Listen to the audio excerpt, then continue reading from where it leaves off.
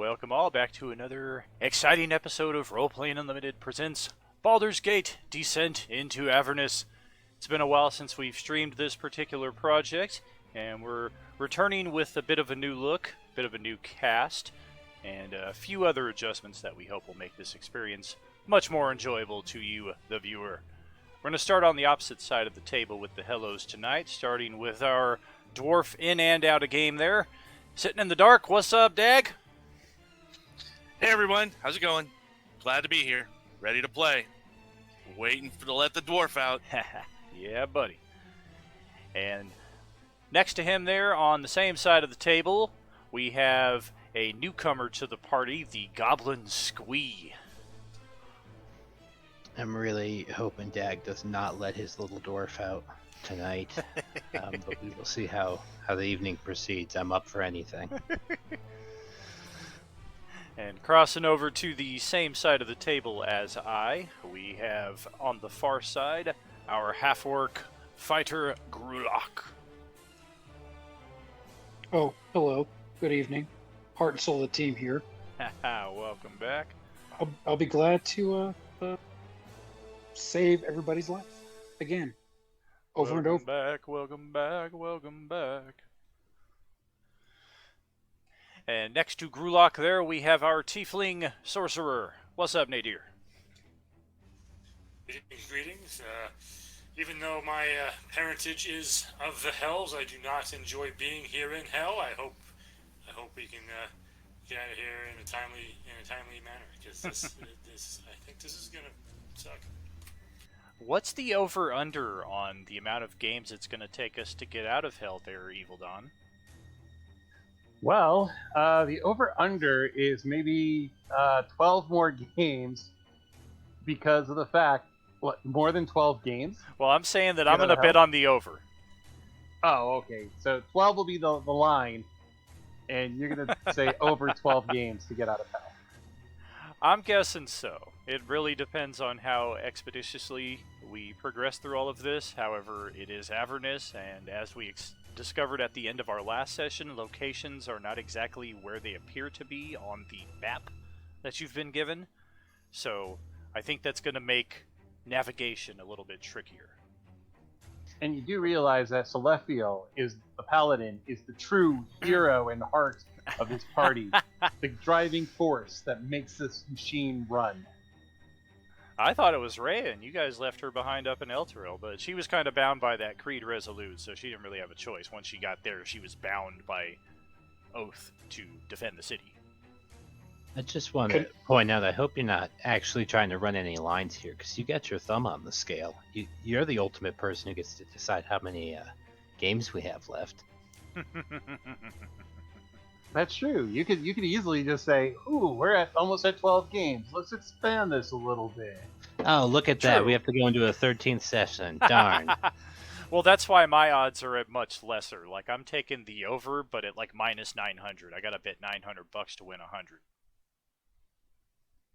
You know, the only other thing, though, and it's got to be our dwarf needs to learn that if you're going to wear a black shirt with a black background, that your head is going to be like floating into the air by itself. It's the white beard that makes that even more. It's just too bad Jason's not a little bit more agile to where he could like kind of make it appear like he's actually floating around in the space that he's in.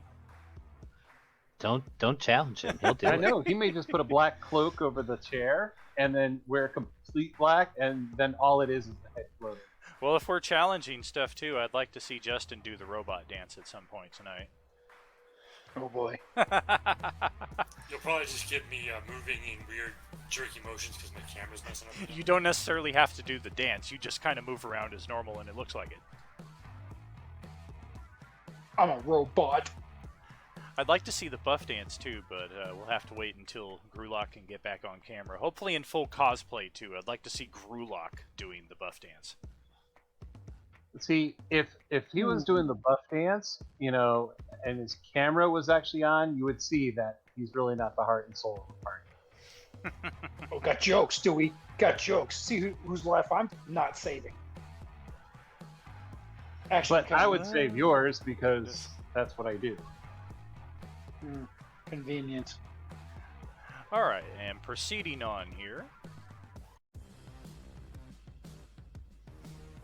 Okay, and after a thought we were recording but we were not snafu, we'll just proceed on from the last segment there, where your characters are approaching the Wandering Emporium, and the description of that is where we ended off the tail end of last session.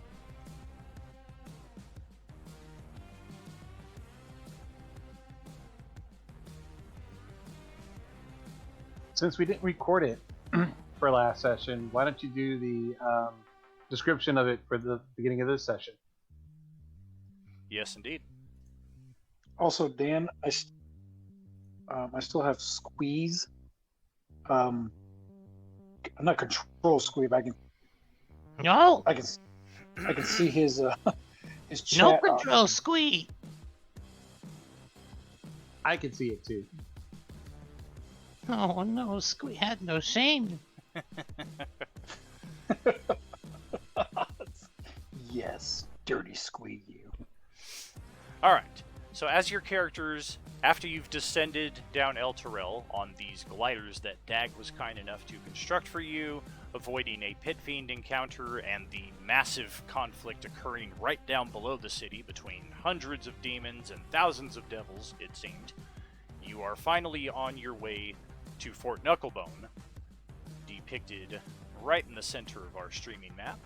And as you're heading in that direction, you round a bend and you see this emporium before you, which is described as... Do they describe it? I thought they did. Oh, I guess they thought it better to add the description near the end of the pamphlet there. A collection of brightly colored tents stands clustered together, creating an oasis of comfort amid the dread landscape of Avernus. Huge infernal war machines form a horseshoe around the tents, with curtains made of small rectangular iron plates and lamps dangling from chains strung between them. Soft, lilting music and wondrous smells drift across the hot winds, inviting a closer look.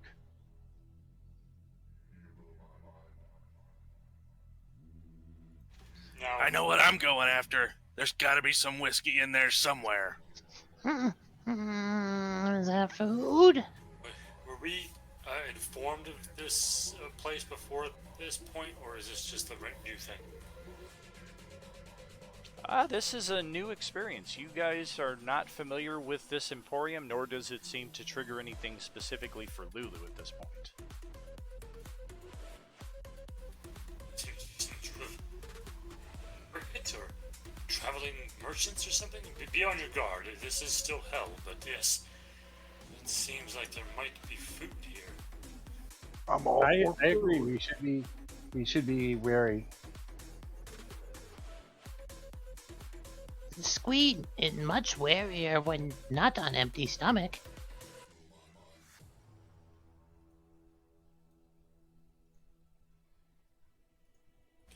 And try to remember, Salafio, this is mostly directed at you.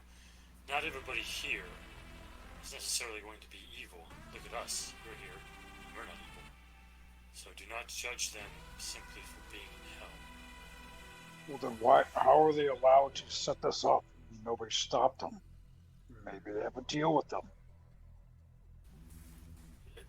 We can assume all sorts of things, Screwlock. Consume? I don't know what you said. I heard that when you assume you make an ass out of Squee. Lulu speaks up. When in the lair of your enemy, it is also best not to pick a fight with everyone you encounter. That's good advice. Let's go get some whiskey. Well, we can see here on our new map, the Wandering Emporium, which was created by a Roll20 artist. I forget the name. I'll have to add it to the credits at the end of the stream. But this was just picked up today, and this is a brand spanking new map. So feel free to explore, and just make note of the buildings that have names atop them. That's not to say that the ones that don't have no opportunities of any kind, but the ones with names do have specific things that you may want to tend to and explore. Which one has meat? Now, are we seeing Um, like large like vehicles, like land vehicles, like is shown here, or are they just big buildings? Oh yeah, those are vehicles by the looks of them. Huge treads and big spiky wheels. Is there anybody with? Oh, good. So, do we see any small creatures with glowing eyes and robes? They look like Jawas. I'm like, well, you are in Avernus, so you might have to be a little more specific. That could easily fit like half the population here. As soon as I said it, I Unfortunately- was like, Oh, go ahead, James. How do you do the fancy exclamation E? Oh, it's exclamation lowercase CEM. Charles Edward Murphy. Dag walks up close to one of the vehicles, almost in awe, looking at them, and he kind of rubs his hand on the armor. Look at the craftsmanship of this thing. I know we're in hell, but you still gotta respect the machines. I'm going to wait out here because part of my tenets as the Watcher of the Watcher is I am not allowed to accept gifts or favors from fiends or those who truck with them. So I cannot make any deals or anything with these creatures based upon my tenets, or else I'd be forsaking everything that I am. Yeah, see, this part of the module is designed, I want to say, for legendary difficulty, but Don was insistent on extra crispy legendary difficulty. Yeah, that's quite a class you picked to go into hell with. Of all the varieties of paladin, I went with this one. Yikes! Yeah, I know. Well, I kind of figured that the abilities of it would be, complementary to defeating the stuff that's in here. Not realizing that, well, since we are here and I have to work with these people, that it's not going to let me work with these people. Right. I mean, I could always go in and forsake it and then become a faithless paladin? Well, it depends on Yeah. the edition. Blackguard, whatever. And My that's cards are not pretty so good. bad. There's always I believe there's an option in one of the books about changing oaths too. Probably in the Tasha's guide. That guide seems very specific to a lot of character customization as you level. Well, let me take a quick look while we're doing this, and if you do allow it as an option, because we just raised to level 7, we can talk about that in a few minutes. Yeah, do your thing. I had to do a page reload on one of my applications there. Seems I opened up the Wandering Emporium one too many times. Alright, I noticed that... Oh, did he leave already? Yeah, looks like Jason left the forge area, and now everybody's kind of... I don't know where everybody's at. Where the food at? Yeah, nothing was happening, so I kind of moved on. I didn't know if that was something you didn't see, or I was just waiting my turn. Oh no, I definitely saw you. I'm just on a bit of a delay here. Those of you at the central area, though, that is an area where there's food scents coming from. However, as you get to the food, you see the people being served. It looks delicious while it's being cooked, but as soon as it's prepared and given to somebody, it instantly takes on that wilting, rotten look that you're all too familiar with from your time here in Avernus. No! Gurlock walks up to that booth in the I'll say the northwest corner, the green and yellow awning, and he's kind of taking a look to see what is there with that what looks to be like a booth. That shop in particular is selling potions. There is a a salamander working in that shop. Basically a worm-like being that looks like it's perpetually on fire, and its shop has definitely been treated to protect against it burning it down while it's in there, and it just kind of looks over at your approach. What do you seek? You're on fire. Water would probably be good to stop that. But I'm looking for, what kind of potions are these? They are potions that allow you to resist the discomforts of the land around you. They protect you against the scorching heat. Not necessarily an issue for one such as ice. Is there anything that makes the food good to eat? If you want a good meal, you should head to the Infernal Rapture. It will cost plenty, though. 1 soul coin per full good meal. That sounds expensive. What about just a healing potion? Of what class? There are 4. The one that helps you when you're hurt. Perhaps I was not aware that I was speaking to one such as yourself. Do you want one for little owies, or one for amputated limbs? The one for the last part, the last one you said, amputated limbs. Very well. He kind of slithers around and turns its back to you and starts digging around through some inventory that's not readily available there, and pulls out this large purplish concoction that's bubbling as if the heat around it is making it extra hot. 1,000 gold coins.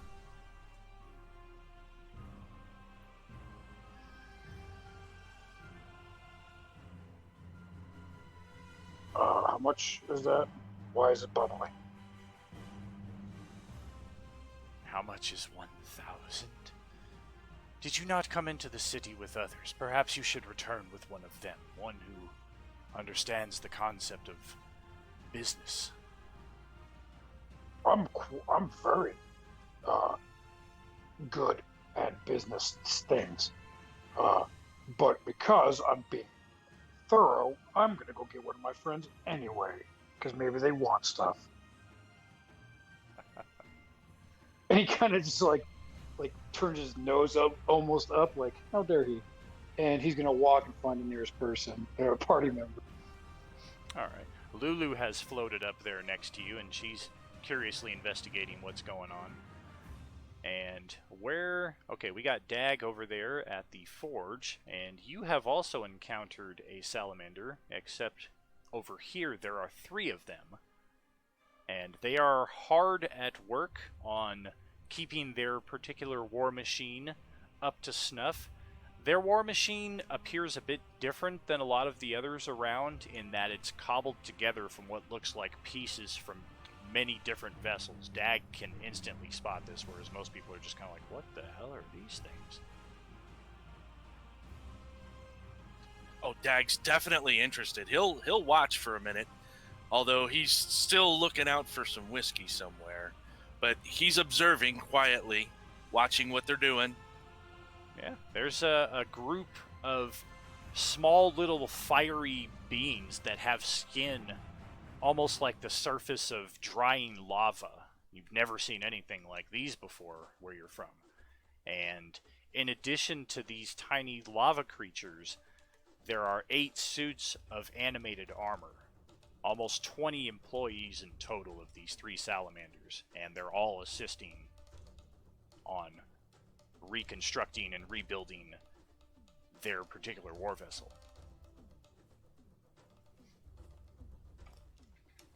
So, is this all you work on? Is your machines? Or you got other stuff here? One of the salamanders slides down a ramp, curls around a pole, and falls down to your level in less than a round. It's it was on the top of the ship, and now it's all the way down, or on top of the machine, and now it's all the way down here, as quicker than you would have expected. And it just looks over at you and says, "What is it that you seek? Weapons? Armor? Do you have a machine that requires repair?" Not necessarily. Perhaps you could use some assistance up there. I kind of have a little experience in things similar to this. They look at your tool belt and your gear in general, and the thing kind of raises an eyebrow. "What is it that you propose?" I don't know. I need some coin. I want some whiskey. Perhaps I could earn something else out of this, too. Very well. We have tasks that need to be tended to on the left rear tread. Perhaps if you could repair that, we can discuss your fee and your whiskey. Nah. No work is completed without business done first. I ask again, what do you propose? What you got in trade? I would say if you can repair that tread, it would easily be worth 100 gold coins. And a bottle of whiskey from Stedman's.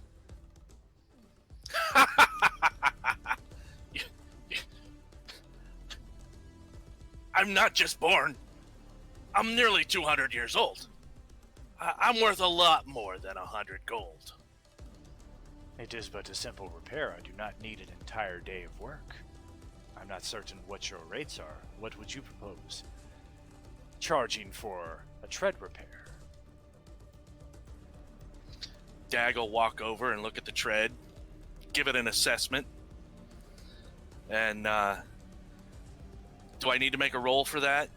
Nah, you're guessing probably 1 to 2 hours of work, depending on whether you make a DC 15 or a DC 20 for your Tinker's Tools. Okay. All right, Panzer, what do you think about this? Have him look at it, like sniff it, see if kind of like he knows what's going on with the machines, see. I'll talk with Panzer some more. Yeah, you think it's going to be that easy? All right, we can do that. All right, what you got? Yeah, feel free to begin your Tinker's Tools rolls if you want to begin working on that, or if you want to make a counter offer for a higher price, feel free to do so as well. Over at the central tent right here, we have Squee waiting in a line of patrons. I don't have the map entirely populated with tokens. I didn't want it to run too slow, but definitely envision you've got a line to wait through here. Every person seems a bit optimistic as they see the food. Some of them even order the higher end drinks, which are better quality water, in some cases even cold. And just the nature of Avernus, as soon as that water is passed from one to the other, it takes on a nasty brown tinge and instantly loses any chill that it has. And as Squee gets up to his place in the front of the line, he is charged 1 gold coin for the food, which is the only item on the menu. And then you have your choice between water or better water. Oh, that water's better, obviously. Oh, Squee only has 1 gold, though. Oh man, you gonna spend all your money on this meal? Squee is very hungry. An imp flies over to Squee and sees the dilemma that you are in, lands on your shoulder. I'd be happy to procure 30 of these meals for you, for a small little exchange. Squee only has 1 gold and 1 stomach. Oh, I don't mean 30 at once. I mean return 29 more times, and I'd be happy to pay for you. Squee's listening. Well then, perhaps we can begin drawing up a contract. And the imp pulls out a piece of parchment, and it starts scribbling on it, and you notice that the parchment rapidly begins to turn from a paper-like substance to what appears to be goblin skin, and you even think you see a blinking goblin eye on the back side of the sheet as this imp starts just scrolling away. Gabrok? Is that you? No, no! You're a monster! Squee! I run away. The imp looks over at you and purses its lips, rolls the goblin skin, and tucks it back into its little extra-dimensional space. He'll be back. He'll be back. Everyone gets hungry. And over here next to the front tent, which is basically just a spot with a few cots and a tent to keep you out of... I mean, there's no sun, so it's not really keeping you out of that. I guess it's just to have some kind of shelter. And Nadir can see a few people kind of dozing inside of there. On the far side of it, there's two guys that are playing a game of dice against each other.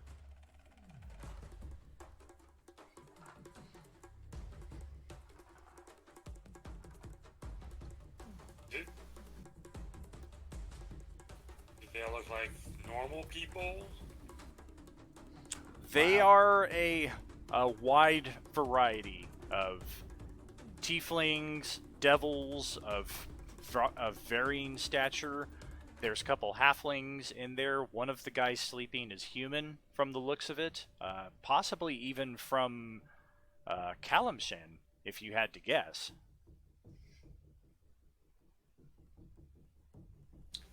I will say in Azedo, which is the Kalimshan language, hail and well met, in that guy's direction.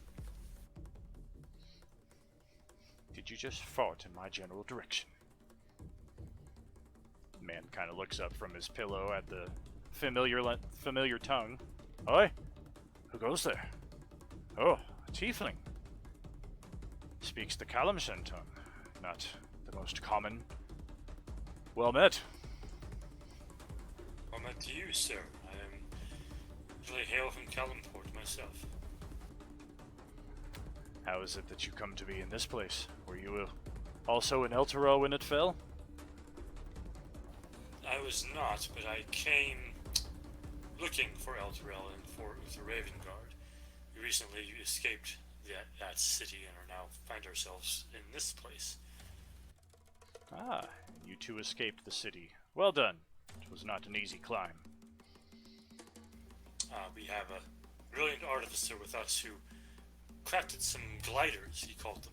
I, of course, have my wings. I had no such problems, but we flew down. Well, damn. Looks like I took the long way. Yes, it was, I'm sure, a much more impressive feat. Well, it's a bit of a pain in the ass to have to wear devil skin all the way down that climb and then try to make your way through a battle without getting killed, but nevertheless, here I am and seeking a soul coin so that I can purchase one of these delicious meals that I hear about from the Infernal Rapture. Are we sure that it won't corrupt like all the other food?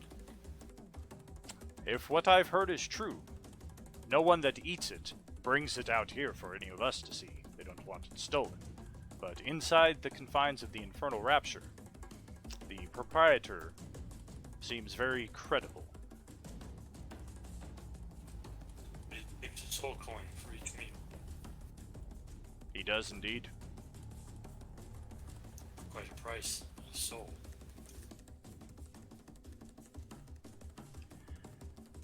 Yes, some in this land, just like in any others, are richer, and some are poorer. I know some seem to carry limitless soul coins, whereas others seem to spend a lifetime having only but one.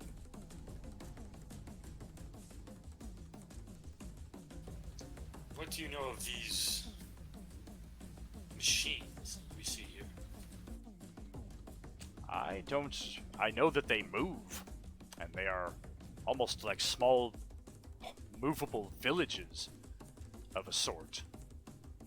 I've not seen them in all their glory, I imagine. I only saw them pull into this area where I happened to be walking, and found myself fortunate enough to find a bed to lay my head. As Selephiel wanders in through the entrance, as soon as he crosses the threshold, he hears a faint voice from his pack. And roll a perception check there, Don. Yeah, there's really no easy way for me to change the oath through, especially since we're using the Chronomancer. Oh, the character mancer, you mean? The Charactermancer. Gotcha. So I want to be a chronomancer. that would be kind of cool. I could go back in time and change things and everything like that. But Yeah, but then you wouldn't be a chronomancer anymore. Instant riff in the space-time continuum. So as That works. Selephiel wanders in, he faintly hears something from his pack, and as he directs his attention towards it, he just manages to catch for showing up when you least expect it. I'm gonna look in my pack. You see all of your usual stuff in there, but for whatever reason, your hand kind of grasps the map that you were given by Silvira, the map of Avernus. And, I mean, maps don't talk, but for whatever reason, you have a strong suspicion that the voice came from this map. I'm gonna unroll the map and take a look at it. Yeah, looks just as you remember it. You haven't quite committed every detail of it to memory, but it looks the same. Nothing different happens. Did I just hear you speak? I didn't say anything. The shield responds to you. This place is toying with my sanity. I'm gonna put the map back in my pack. Very cool. And sliding back over to the potion shop with the salamander and the half-orc, Lulu looks over at Grulok as he's seeking another member of the party, and she just asks, "Is there a problem?"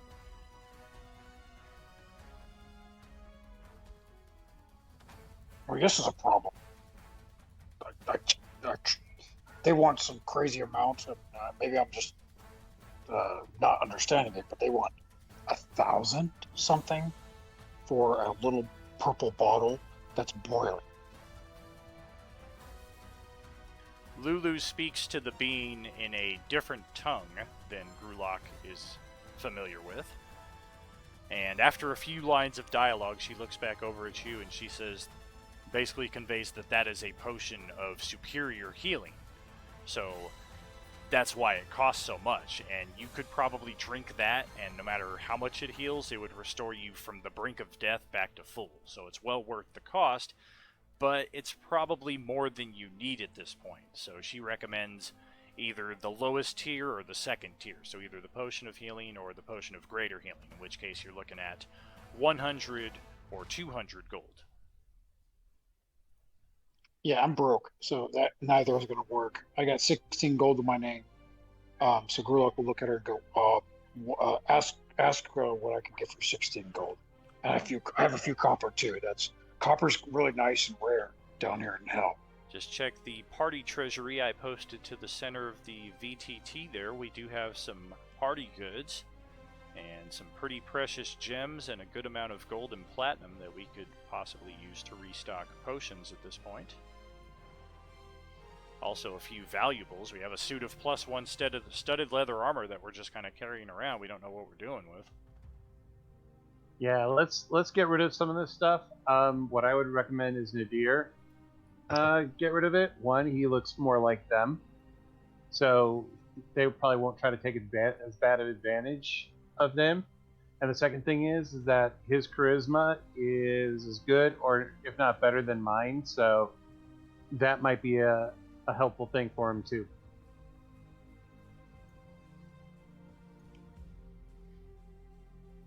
Well, somebody's gonna have to like say, "Hey, we need to liquidate this stuff. Can you do that for me?" So I'm gonna say, hey, we need to liquidate this stuff. Can you take care of that for us? I'll nod and put up a finger like, "Hold on a second," and I'll look at this guy I've been talking to him. Say, "Do you happen to know if there is someone here who would buy gear from us, like some armor, some other mundane items, some gems, so that we can have more liquid resources amongst our group?" Pretty much any shop will be interested in gems. They're quite valuable in this layer of hell. As far as mundane goods, I would recommend the Fire Snake Forge, or possibly the Infernal Rapture, though that depends on what kind of mood the proprietor's in. Sometimes he's prone to purchasing some mundane things out of interest that I cannot fathom. Other times, it seems that the Fire Snake Forge would be the better bet. They are more reliable and consistently in keeping with that type of gear. Very good. Thank you very much. A pleasure. Do we experience earthquakes while we're on the surface? Nope, that was only up in Elturel because it was getting pulled down. All right. While they're doing that, I'm going to spend 10 minutes. I'm going to summon my steed. Very cool. And back to the repair work that Dag is conducting. Do you want to give that a roll? I see you got the right tool for the job, and we're going to go ahead and craft those first, and then get to work, it looks like. Before I start any work, I want to see the whiskey. Show me what you got.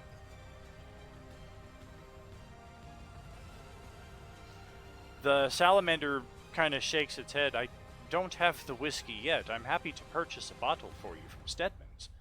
I do have the coin, and it retrieves, jingles the bag in front of you and pours out some of the coins on the ground before it. Feel free to take these as a down payment. Coin's not whiskey. Show me the whiskey. You go get the whiskey, then I'll start the work. The salamander seems to offer some kind of verbal command to one of the suits of animated armor because it just stands up from its work and about faces and stomps down the gangplank and walks off into the desert towards the central eatery, otherwise known as Stedman's. And looks like it's picking up a bottle of some kind of alcohol that Dag can see from this distance. I'm going to utilize my divine sense into my pack to see if there's anything hidden within my pack that would have talked to me. You're not sensing anything in that respect. Everything seems clear on that. You don't think you're being spied on or like there's an imp just hovering behind you or anything like that.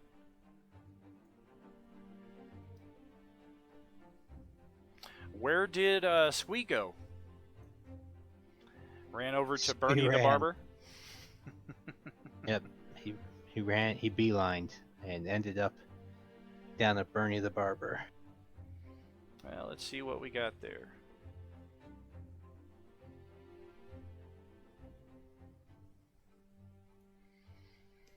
Well, this place just appears to be full of people from Kalimshan, as we have a well-kept Kalashite woman who is human, and she offers a smile that appears to be somewhat genuine as Squeak kind of rushes into her shop.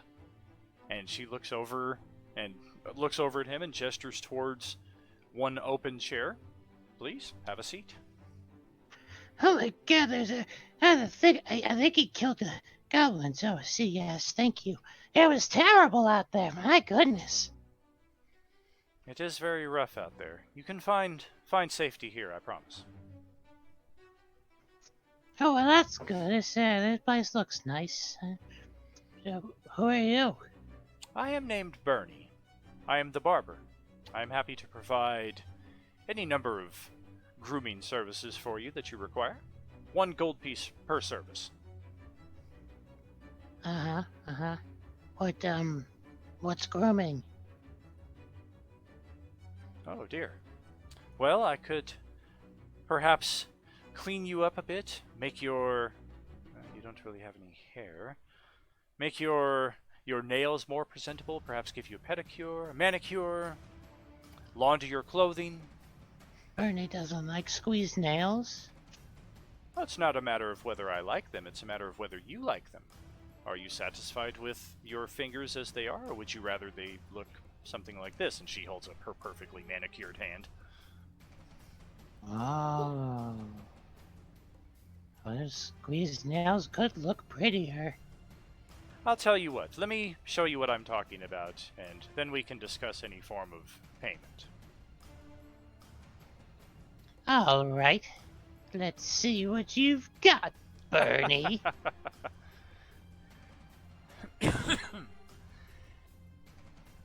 As she sits you down, she tells you a story of these two goblins that she had the pleasure of knowing a few months back, that they were drawn to this place much like anybody else is against their will, and they were both desperate for a meal one day, and this fiendish being with horns and wings approached them, all dressed nicely, wearing all kinds of jewelry, smelling of the greatest perfumes, offering to buy months of food for both of them if they would but agree to a simple contract.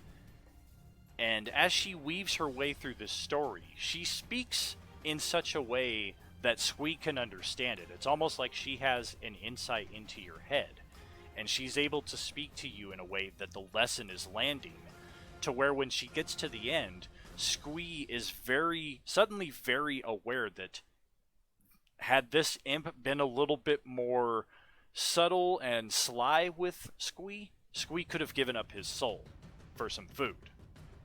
Now, whether Squee places any value on his soul or not, that's a different matter, but Bernie here has definitely filled him in on what almost happened. Oh no. But Squee is very hungry, and Squee have gold coin, but Squee also needs soul. As do we all. I'll tell you what, for as long as you are here at the Emporium, I could use someone to assist with keeping things tidy around here, and I'd be more than happy to take care of your food needs. Yes, what you need Squee do? Squee can cut nails, make pretty nails? Yes? Oh, no. I mean, I would do my job, but she points at a broom and a bucket with a dirty rag and things like cleaning up the shop after I am finished with a customer. There's often some kind of hair, nails, and such on the floor that I would normally clean up myself, but I would be happy to assist you with this. And unlike any others that you encounter here, you'll not find any need for contracts. Oh, all right, but Squee really think Bernie missing opportunity here. Oh, Bernie is quite aware of what she has to gain and lose, and she is happy to help you in this endeavor. Now we move over back to Firesnake Forge, where Dag has rolled his Tinker's tools, and if I'm not mistaken, you get that at advantage because of another skill, correct? Or is it going to be the 12? Actually what it is, it's tool experience, where my proficiency is actually doubled, so that's, a 15? Gotcha. Okay, so that will exactly hit the DC for the 2-hour mark. So instead of it taking an hour for you, it's actually going to take 2 hours. But you are able to get the repair done, and the salamander is very happy with the job that is done. You're less than an hour into it before the animated armor returns with the whiskey for you to see that he has in fact purchased it, and the salamander just sets the coins with that animated armor in his possession to basically assure that the job is done, contact him, make sure everything's good, and then pay you.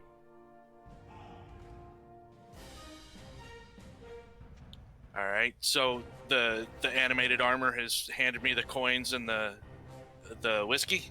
Did I understand that right? Correct. All right, I'll sniff the whiskey, see how it is. It is extra spicy. I'll take a quick sip.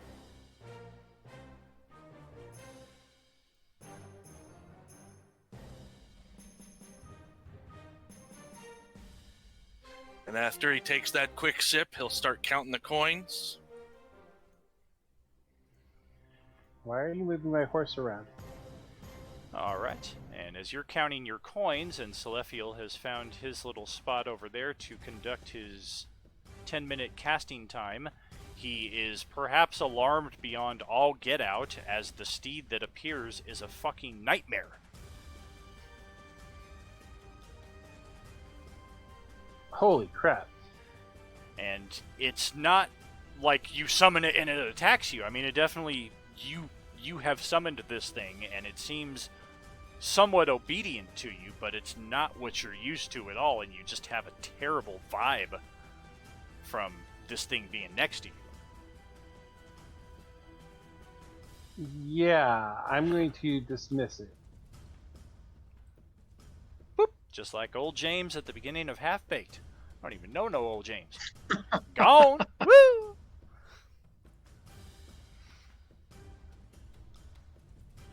So yeah, that was definitely a bit of a disturbing result for Selephiel, because in Elturel he's been able to summon the horse, he's still felt a decent connection with Tyr, but it's only now that you're on the surface of Avernus and you cast this spell, you realize, I'm not severed from Tyr, but I'm definitely farther away than I was before, so things could get even more dicey going forward.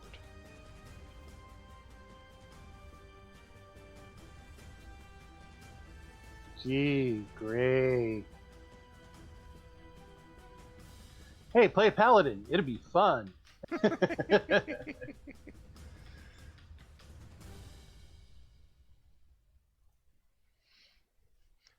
So Gorlock's gonna move away from where he's at. Like, he's gonna beg for a moment so he can find some other people to kind of figure out the coinage, or at least let them know what he's seen at this booth.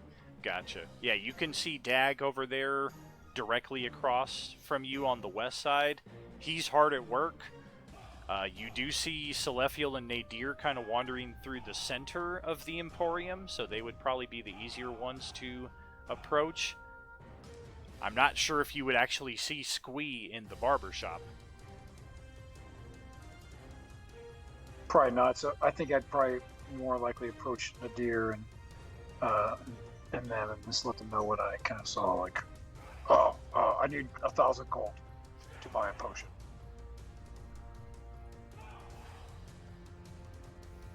Pardon? I need 1,000 gold to buy a purple bubbly drink. Lulu flies up right behind him. He doesn't need that one, I tried to tell him. That's for the supreme healing potion.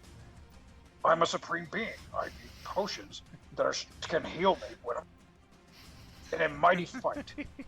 Gulag, you're not spending all of our money, or potential money, for a single potion. Okay, how about, hear me out. There is no hear you out. This place is messing with my abilities. My patience is wearing thin. It's not even a discussion.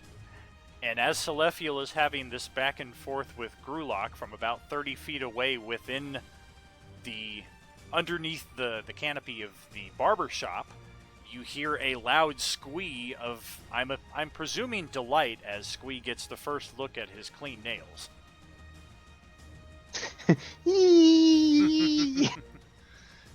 So meanwhile, the Paladin's having the worst day ever, and the Goblin's just like, this is the best day ever! Just imagining, like, rainbow colors. Each nail's a different bright colored enamel. Oh, goodness. Yeah, I know. The Paladin has got shit talking to him from his backpack.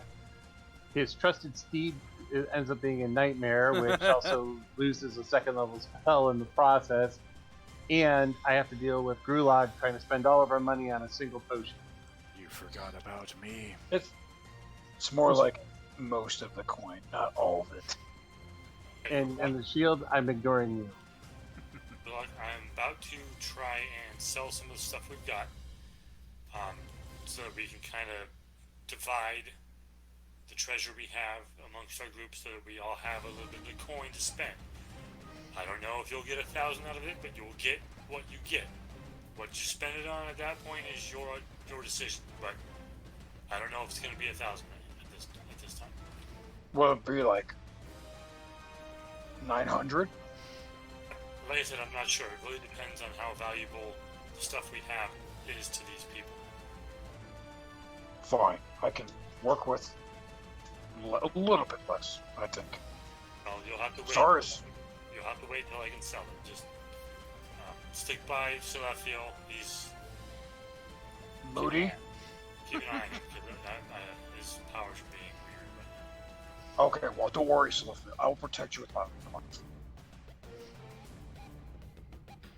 I don't need your protection right now. Okay, well, do you want a drink or maybe some ice, a sweet ice drink that will make you feel better? Because I'll go. There is no ice down here. There is nothing that tastes good down here. You know, that's just one more thing that's getting on my nerves right now. I am not the happiest of people. So if you want to help me, don't talk to me. And normally I'm a fucking delight. Remember how cool I was back in Baldur's Gate?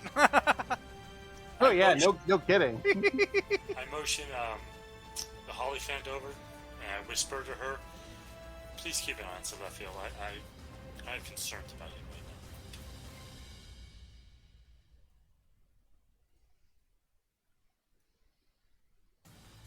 now." I will certainly do so, she says as she flies over to you and then flies over to Silaphiel, just kind of floating around him and spreading some of that warm, fuzzy aura that she possesses that you're still not quite sure what it does, if anything, mechanically.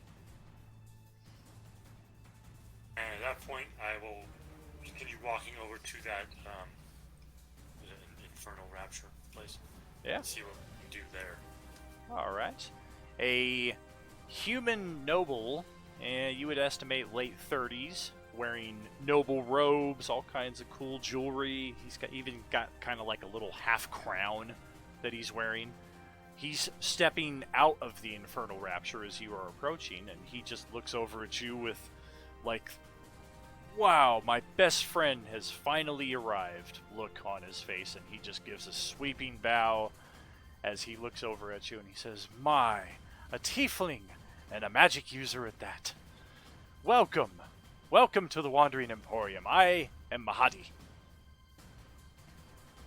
Greetings and well met, Mahadi. I am Nadir. Ah, Nadir. It is a pleasure to make your acquaintance. Tell me, what brings you to the Infernal Rapture on this day? Well, for one, my first goal at this time is to perhaps liquidate some of the items we have in our possession. Ah, what manner of items do you speak of? I have a number of gems and a suit of magical armor amongst some. Ah, you speak my language finely. Please, come in, come in. Thank you very much. He leads you through the restaurant, where there are 3 people in here currently who can afford the exorbitant price of the luxury meal, and then in a separate dining area, there's another 6 or 7 people who are eating the lower fare menu, which, as is the joke of Avernus, it's a more expensive meal than you'll get over at Steadman's, and it tastes exactly the fucking same. He leads you past the restaurant and through a hallway off to one side, he points, and that is our spa. If you are in need of any healing, restoration, any kind of feel good at all, we can provide this service for you. At a cost, of course.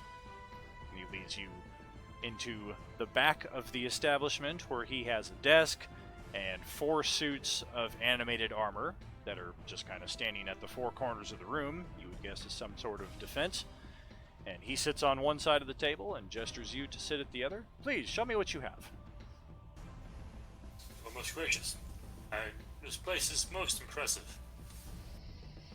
It came at quite a heavy cost and a lot of work, but it is one of the few havens you will find in this dreadful place.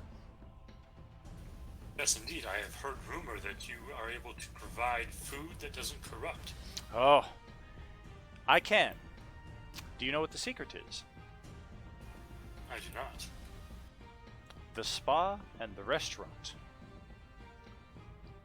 Indeed, much of this structure, I control this bounds. I control these bounds because this is my own plane. That is quite remarkable. How did you achieve such a feat? Oh, magician never reveals all of his secrets. Of course, I may have spoken out of turn. Oh, no problem at all. I am happy to provide such services for those who can afford them and are worthy of them, of course. You said gems and magical armor. I'm quite interested. Ah, yes, here. I will pull out the rolled up studded leather, the +1 studded leather we have. I'll kind of lay that on the desk for him. That is the magical armor I speak of. Fine craftsmanship. And then I do have these assorted gems here, and I'll start pulling them out one at a time, looking at them each like... Interesting. All seemingly crafted from the same person. Yes, they were all gathered, I believe, in Baldur's Gate area. Oh, Baldur's Gate, you've had quite a travel. We're getting a few people from that region of the multiverse lately. Seems there was some kind of disturbance where a city was pulled into Avernus. Can it not be seen from here? I cannot see it. You wouldn't imagine that it can be viewable from a great distance just due to all the clouds and the smoky, ashy haze that is Avernus. Maybe within like 2 miles you might be able to see it, but here at like 10 miles, or we're not at 10 miles out yet, we're just a few miles away, but you're probably just at the periphery. Oh yes, I recall that distances are strange here in Avernus anyway, so it might actually be 25 miles away at this point. That is entirely possible.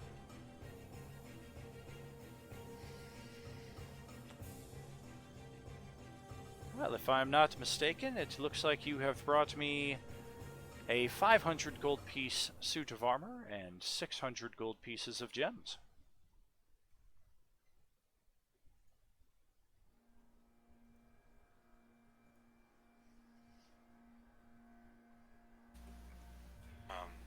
Out of game, the gems on the sheet are like 1,400. Exactly, he's offering you less than half their value. I thought all these gems are worth here. Indeed, yes. It is quite an astounding collection you've amassed. It's unfortunate that it's only worth that much. I know they're worth quite a bit more in Baldur's Gate.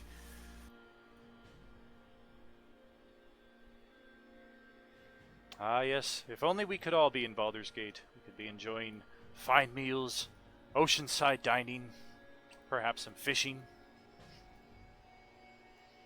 I do miss fishing. Do I have an idea of what the armor is actually worth, or does that seem accurate? That seems somewhat accurate. You would guess the armor to be worth about 1,000, so most people would pay probably half or less, but gems, it's usually a different case. I mean, it's strange mechanically, but the way I've always worked it is if it's a precious item like a gem or a work of art, whatever the gold piece value is on there, that's the amount you're supposed to get. I will sell it for higher than that. Whereas if you're talking about magical items or mundane gear from the books, those already have listed costs or example costs in the case of magic items. So I tend to base it off of that. Right, okay. Well, I don't know that I want to sell those gems at this point then. Perhaps somebody else will find more value in them. But I would be willing to sell you this armor. Wonderful. You don't happen to possess any soul coins, do you?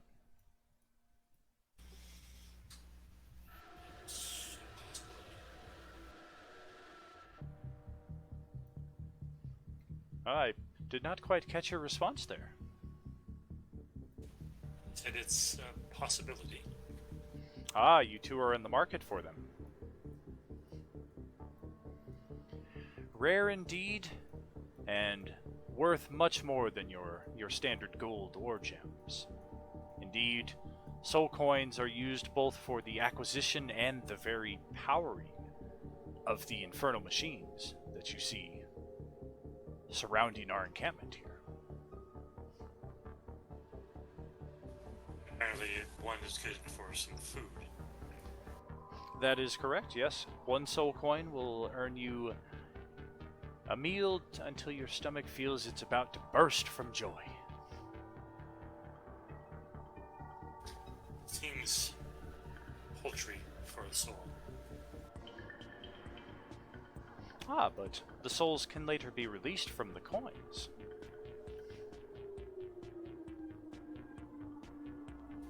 If one knows the trick.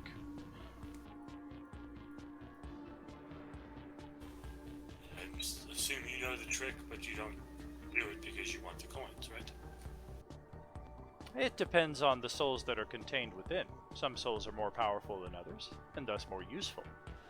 Mundane souls might perhaps serve better as living employees in the here and now, able to potentially work off a debt and earn their freedom, perhaps even a ticket back to the material plane. Now, here at the barber shop, what do we have with Squee now? He seems to have made a new friend. He's got clean nails. And, yeah, what's your move there? And same question of you, Dag, now that you've finished your work and you can ascertain that the coin count is indeed correct. And the whiskey is, it ain't dwarven whiskey, but considering it had to have been brewed here in Avernus, it smells like it's very freaking good. Well, Squeeze What was got the his coin life total figured on out. that? You got 100 coins there, Jason. I'm sorry, John, what was that? Squeeze got his life all figured out. Is he getting food? Oh, yeah. Yeah, once you start doing your job and you're cleaning stuff up, she gives you a gold coin and directs you over to Stedman's where you can go get yourself a meal. It's real food?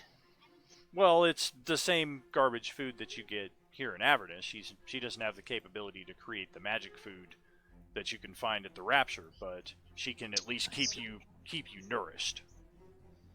Well, then I'm back to I have a quest again, and it's how do I get that good food?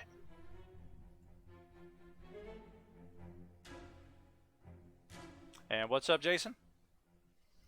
I was waiting for John to finish. Gotcha. And so yeah, your move now, Jason. If you have a different location you want to head to, or who is carrying that soul coin? I know that Celestial did not take that. Nadir should have it. All right, since I've finished this work, counted my coin, taken a couple sips of my whiskey, I'll put the whiskey in my bag. I'll head up onto the machine to the salamander I was talking to before. All right, trials are over. Now you know I'm capable. What do you got that pays real money? Feel free to explore the Emporium for a time. After our current tasks are complete, I can have a better answer for you, he said as his voice changed in mid-sentence from the previous NPC to the current NPC. Come on, that's funny. All I can think of is like PCs need to come in and rescue the DM from having a conversation with himself in two different voices. Yeah, exactly. I was like, oh crap, I'm still talking as Mahadi. Okay, we'll go back to the salamander voice then. With that, I'll eye the machine, take any stock of anything that looks like it may need repair, particularly big repair. Gotcha. I'll just give a nod and make my way down. Maybe I'll go get a haircut or something. All right. And how about Grulok there? Are you just waiting to see what your take is going to be from the mercantile? That's exactly. I am shadowing the deer to a point, so it's only to speak with the. Speak into the microphone.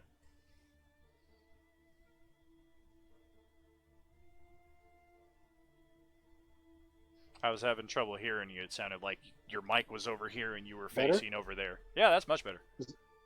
Oh, weird. So I was pretty much shadowing a deer while he was going around because he is really desperately wanting to get the coin count so he can maybe go back. He does leave Silphil out of respect alone so he can do his moping or whatever he's going to do in the corner. But he is literally waiting outside wherever the deer went into until he comes out to kind of hit him up for what's going on. All right. And then Silphiel is posting most of his RP there, which seems mostly concentrated around the despair of being a paladin and also being trapped in hell and having lost temporarily or permanently, perhaps, the services of his closest companion.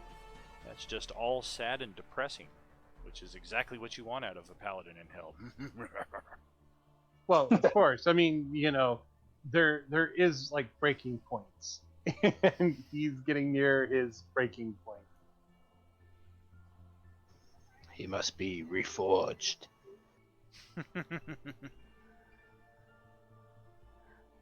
All right then, Justin. So you're just selling the armor for 500?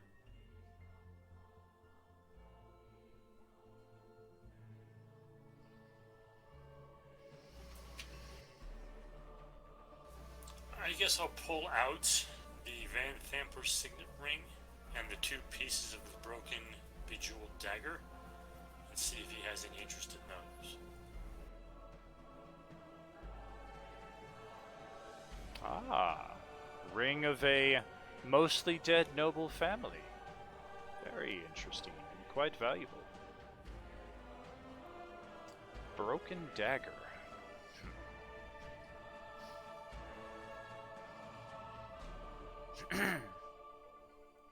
If you could repair the dagger, I would happily pay 1,000 for that alone.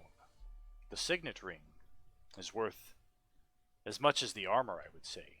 So between the two, I'd be willing to go as high as 1,500 if the dagger were completed. In its current state, it is worth less than half that. 400 for the broken dagger. Let's see. Well, it's good to know. Maybe I will hold on to both until I can repair the dagger, and then maybe give them to you as a set. Very well. I would be most interested in that.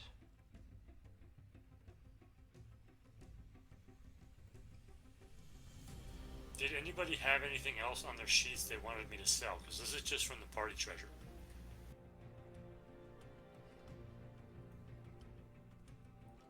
Grulik might part with his +1 greatsword since he has a +2 greatsword. Yeah, same thing with my Warhammer. My +1 Warhammer versus the +2 Warhammer. Well, it looks BA to carry 2 greatswords crossed over your back. Weight-wise, it probably could. He could afford to get rid of one of the +1. Well, that's not the James I know. Astaroth had a frickin' weapons rack on his back. He did. He really did. How much for one of Dagger every axe. weapon and its magical variation? 3,000 gold because he had everything.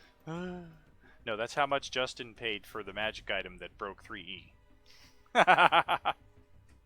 Actually, it was 2,000. I thought it was 6,000. I thought I would start changing it. Oh, and just so you guys know, Wendy got me a gelatinous cube D20 holder. She's very fun. I was laughing great. quite hard.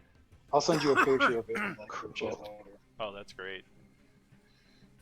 So I guess I'm going to try and sell those 2 magic weapons then, too.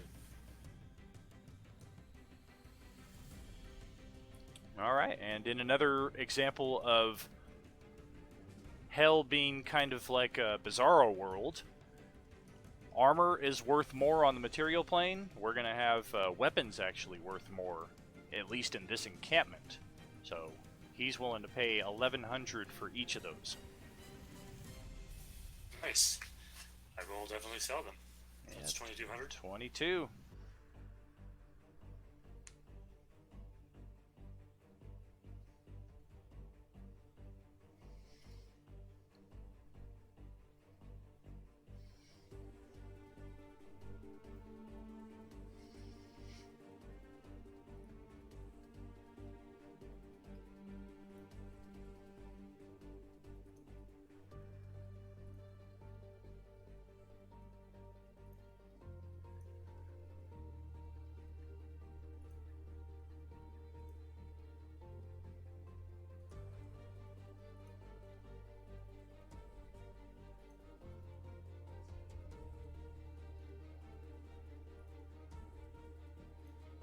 For those interested, it's in the general Discord group. That's awesome, actually. General Discord. And Nadir can't help but take a peek at the menu posted on the wall as he's making his way back through the restaurant, and his mouth just starts to water as he sees everything that's on there. All of that for 1 soul coin.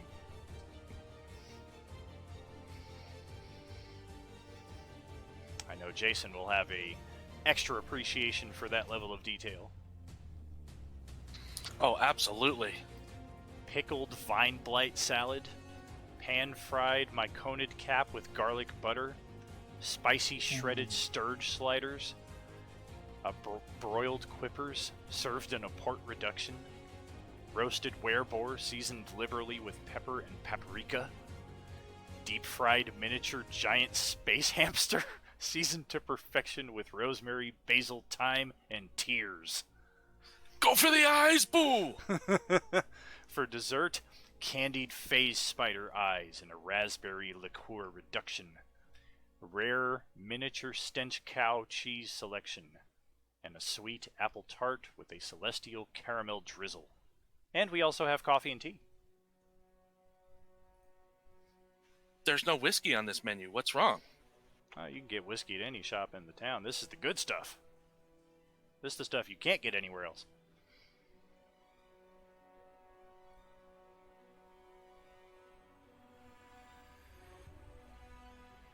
You have to offer him like a 1,000-year aged barrel whiskey.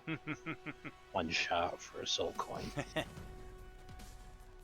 Spa services include body, foot, and hand treatments, massage therapy, skin care, general grooming, and bathing. Specialty services include dream therapy, whole body restoration, and longevity therapy, as well as a host of services for every appetite, both wholesome and degenerate. Yeah, Celestial's starting to smell like the 9 hells.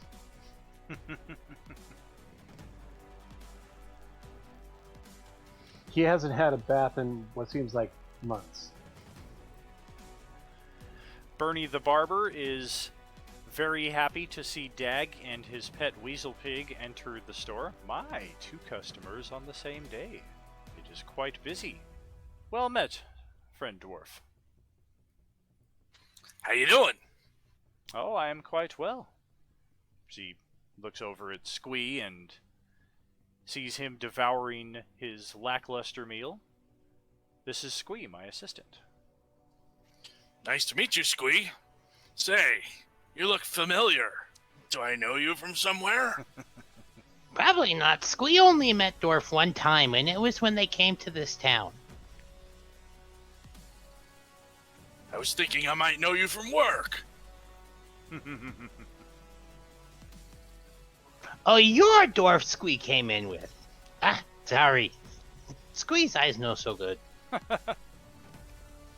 Look, Squee got nails done.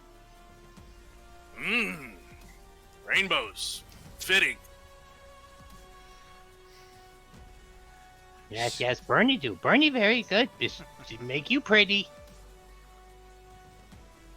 All right, Bernie, so what all do you have to offer? Well, I would be happy to trim your hair and your beard for a gold coin. I also do pedicures, manicures, general laundering, cleaning services, whatever you fancy. Or Squee could trim your beard. Squee's been watching now for like 1 whole hour and think I can do a pretty good job. If Squee touches my beard, Squee's gonna become a squash. He watched her manicure his nails, so he thinks he can do a beard trim now. Squee met a Squash once. It was not very nice. Would not like to be like Squash. Just don't think was compliment that means. No, Squee will not mess with the beard. You'll have a better chance with the shield than my beard. The shield. I run out. Had of to the bring that building. up, didn't you? Not the beard! I dart out, leave this scene, and go looking for the paladin. Hey, look, he's right there outside the door. With that, I'll all right. Let's do a haircut or something. Nothing too extravagant. Let's just get rid of the singed ends. Absolutely. Don't touch the beard though. Absolutely. And she does an excellent job, as is her craft, and charges 1 gold for the service. And I'll be sipping my whiskey as she's trimming the hair. And just getting to sit down and relax for a minute is like, this is really good. I'm enjoying my whiskey while somebody's tending me. And as was the theme with Squee while he was getting his manicure, as you're getting your haircut, she proceeds to tell some kind of tale about a dwarf that she knew in this hell who came here, and he was seeking her services for a simple haircut, but he quickly got tied up with all of the nefarious beings that live in this nasty place. And slowly but surely, his desire to work and just make progress for himself ended with the loss of his soul, as one particular deed that he had done 100 times before for the same person, just a slight difference in the contract wording, spelled doom for this particular dwarf. And she, just like in Squee's case, relates it in such a way that it lands with the dwarven mind, and he can see that there's a lesson to be learned here. Whether or not he knew about the bartering of souls in Avernus, he did have a little bit of experience with the soul coin that we've discovered, so we know that some of that is already going on. And whether or not he values his soul is also another thing. But, yes, you're also getting a similar lesson as Squee. He kind of cracks one eye open. I see. Thanks for the heed and warning. It is my pleasure. Please tell your friends to come visit. I could use the business, and I'm certain they could all stand a little touch-up.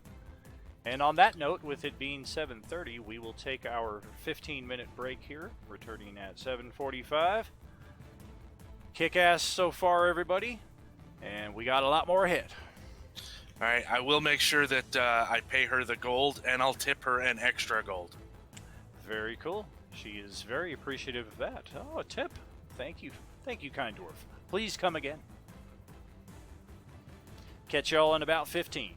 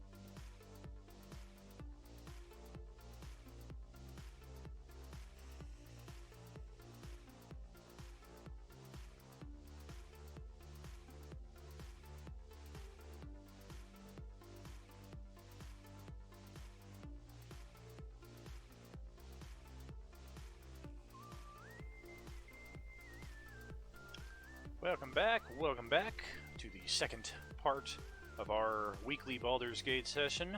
See if we can get a bit farther here, explore a bit more of the Wandering Emporium, and see what else Avernus has to offer. Had a little bit of text dialogue exchange there during the break.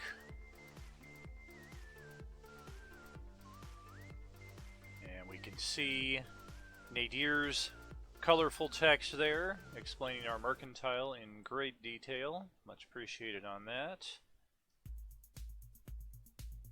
Looks like I got a whisper message there from James. I did not sell it. You guys sold it. And Justin sold it for 1,100. But I think that was all factored into the division, if I'm not mistaken.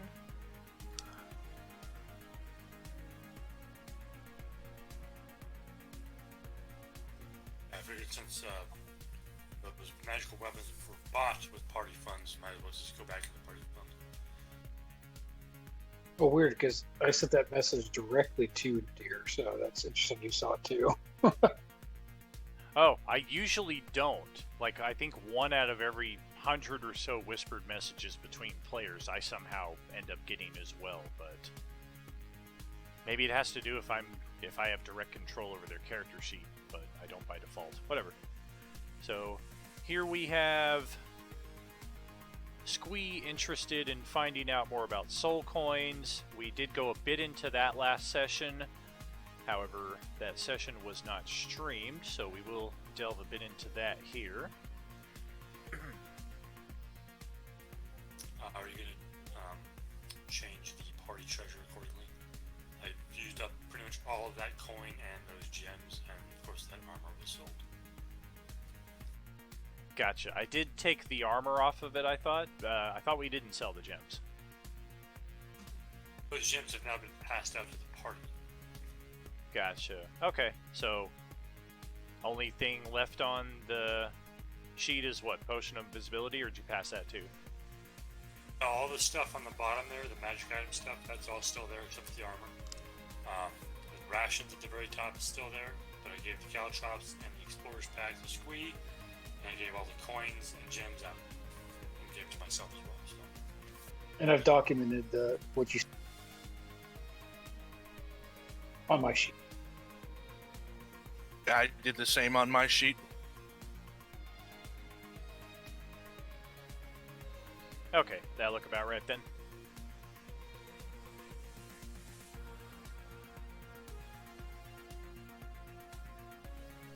Yes, it does.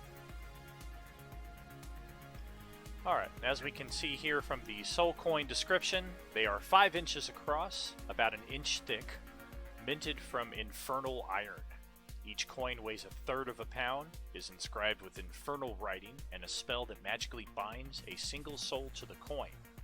Because each soul coin has a unique soul trapped within it, each has a story. A creature might have been imprisoned as a result of defaulting on a deal, while another might be a victim of a night hag's curse.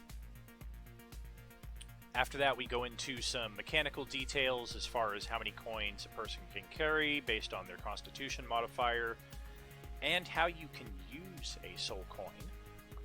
Much like other magic items, you have charges, and you can expend a charge from a soul coin to drain some of the soul's essence away to gain hit points for yourself, temporary hit points albeit, or you can query the soul within the coin to ask a question and receive some kind of response which you are able to understand. Now, we have further details as far as how to free the soul. We don't necessarily know anything about that yet because we've not tried it, we've not learned any of that. And we also know that hellish currency, the soul coins, are the prime currency here in Avernus. We've already seen a bit of that over the past hour in the roleplay. Okay, we'll ditch that. So how do I get more? Well, the one that we got, I think we got from killing Man, who did we get that one from? I already forgot. I feel like it was on a bad guy. It was like we killed a devil or something, and it was the treasure that he left behind. It was on that imp. That's right, the imp. Yeah, the imp that was trying to make the deal with the halfling for his soul, and you guys saved the halfling. Squee knows an imp we could rob/kill. Whichever you're more amenable to. Not every imp will have soul coins, and just picking fights with random devils in their home plane is not the wisest course of action. Well, how many imps have you killed?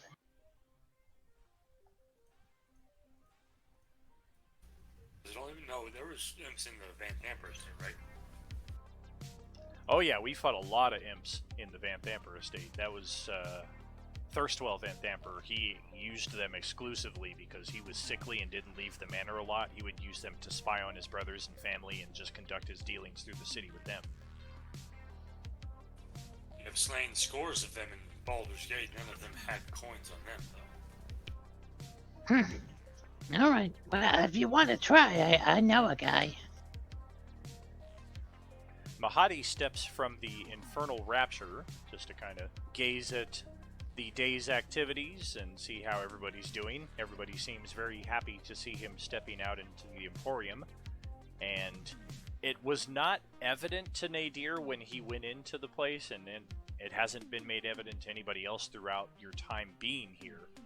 But Mahadi is apparently not only the owner of the Infernal Rapture, he seems to kind of be in charge of the entire Emporium. So everybody seems to just kind of defer to his leadership and kind of kisses his butt a little bit too as he walks around. Everybody's like, "Hey, Mahadi, how's it going? So good to see you again today. Oh, make sure I'll have that money for you later on today. Yeah, make sure you do." And as he steps out of the Rapture and into the middle of the square where your characters happen to be gathered at this moment, Lulu is kind of caught in a moment where some things are starting to stir for her. She's starting to recognize some of the sights and some of the smells, maybe a couple of the people around here, but nothing is really definitively clicking until Mahadi wanders into her line of sight. She has an instant look of recognition, and she just blurts out, "I know you!" And Mahadi kind of seems a bit taken aback. Like, at first he didn't notice her, and he seems a bit surprised to see her.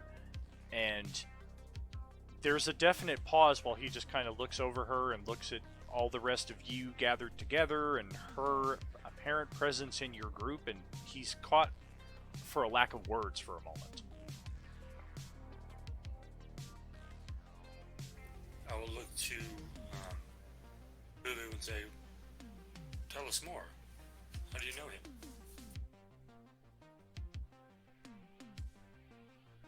And her excitement rapidly dies as she goes, "I don't remember, but I know him. In this place. I met him in this place before." And Mahadi just kind of smiles and he goes, "Well, of course you did, my dear Hollyphant. I own this place. I always have. I run this place for day after day, for time uncounted. I do recall you being present here before, but I certainly never expected to see you again. When last I heard you were leaving to return back home, but I'm not certain where that was. I'm shocked to see you here again."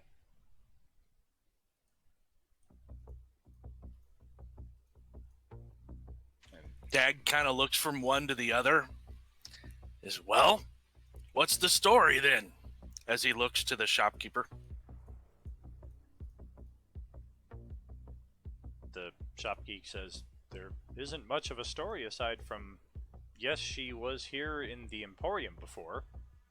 I knew her over a meal that we shared together, and she said she was returning home. That was some time ago." I see. Was it a good meal? She, alas, did not have the fare to pay for it, but nevertheless, we did have good company. So, looking at a lot of these stalls and not seeing any place in there, is there any place to have a bath? You do see that those services are offered at the Infernal Rapture. They do have a spa that has many different services. I don't know if you caught me listing those off to Justin before the break, but they do have many services that fit in that category.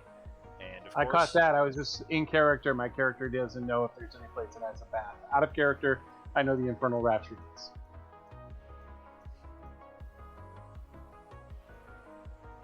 Gotcha, yeah.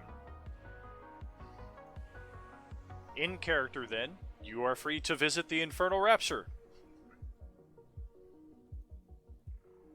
I'm happy to provide any number of services for you in our spa for the low cost of but 1 soul coin. That is, I do not have one, and it is not a price I'm willing to pay. Ah, that is a shame. If you change your mind, we are always here. Or there, somewhere. The Wandering Emporium is always open. Does one of those coins, can it buy like a bubbly purple liquid in a bottle, if possible? Would that be enough? Gurlock, Possibly. enough with the purple liquid. Fine, never mind. It's just an inquiry.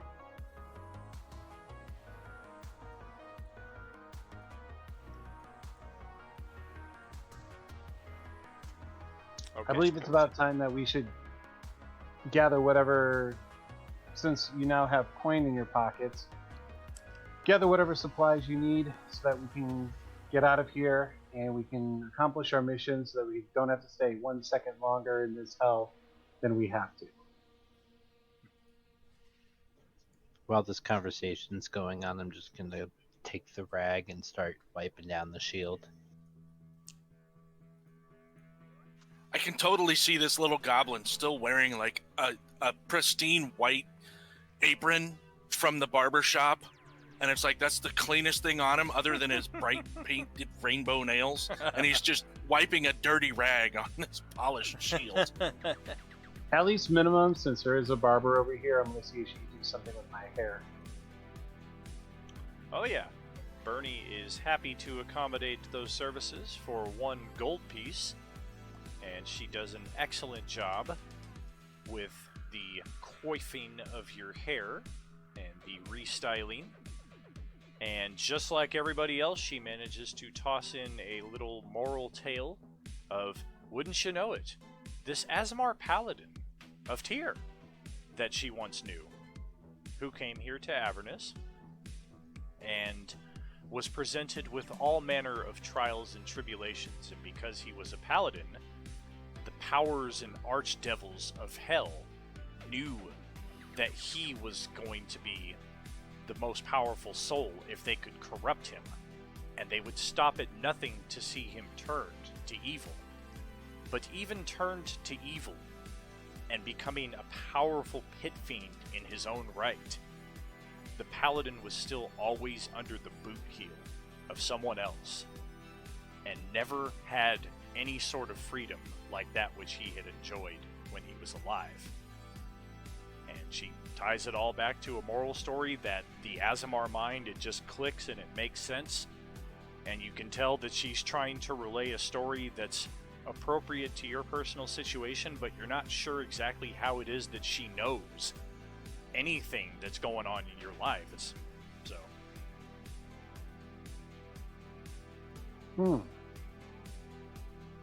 You're right. I've been focusing so much on myself and on how this place is affecting me that I've been projecting it upon my companions. I need to be stronger than that. I need to be the golden light of Tyr. Oh, have you too suffered from these trials? This place will attack a paladin more so than anyone else. Please be cautious for your own sake. Yes, my beloved steed had... when I summoned my beloved steed, it turned out to be a nightmare. Yes, the powers of Avernus do have that effect sometime on summoned creatures. You may notice it with other spells in your group. I've noticed it with magic like Mage Hand or Grasping Hand. They appear as fiendish, devilish claws. And those are some of the more minor adjustments that this place will impose upon your spellcasting. I encourage you not to write your steed off. It may perhaps come when summoned again. Thank you. I appreciate that. Please come see me next time you're at the Emporium. I would be very pleased to hear of your progress. Bernie's so wise.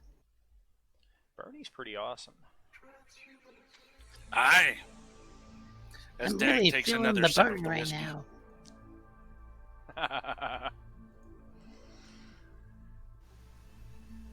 Nadir will avail the services of Bernie as well. Ew, a tiefling, get out! My friends, I must apologize for my demeanor. This place has been corrupting of me and challenging me, and I have not been rising up to the challenge, and I shall strive to do better towards the future. It's understandable. All of us can be pretty cranky, considering, well, the food sucks, the water sucks, pretty much everything sucks. About all we have is each other's company. Yes, And that sucks too. What he said, but also it's too expensive to buy purple bubbly drinks. So I understand your frustration, and I accept your apology.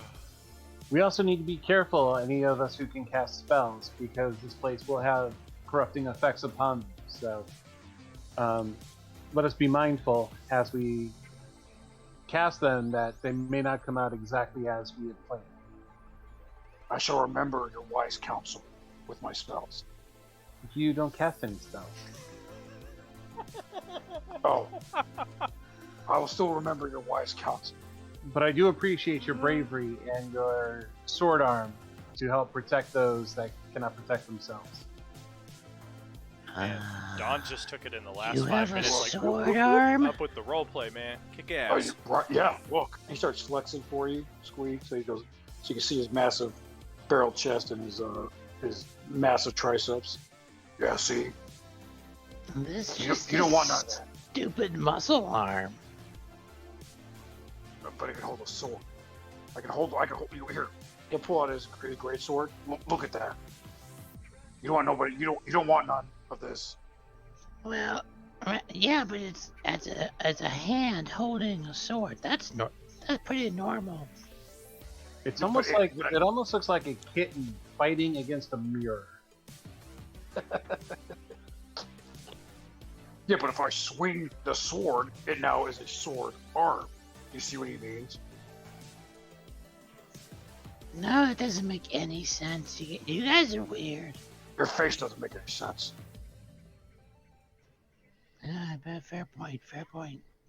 Okay, we have much traveling ahead of us. Let us, even though the food isn't palatable, Until I feel we do need it to I survive. still have to shop. Well, that's what I said. Even though that the food is not palatable, we need to purchase our food, and we need to make sure that we are well stocked before we leave. So let us continue on with that and move on to our adventure. Yes. Now that you have been paid, you should all just put out and see what the wares are available here and what you can afford. Obviously, you don't have enough for purple bubbling liquid, but we can get you something similar, Gurlock. Oh, well, that's all I've been asking for. I don't know why you keep purple bubbly drinks. Lulu just shakes her head.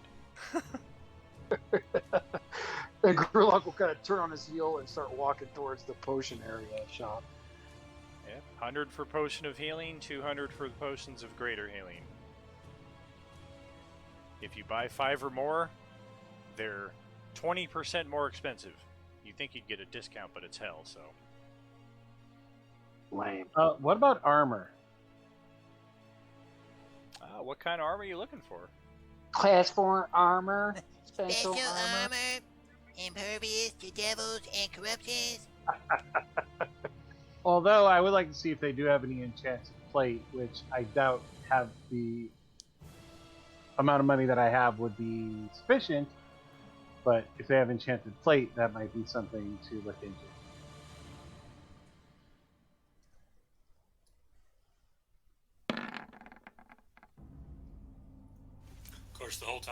Sluffield was talking about, oh, look how your magic's going to be corrupted.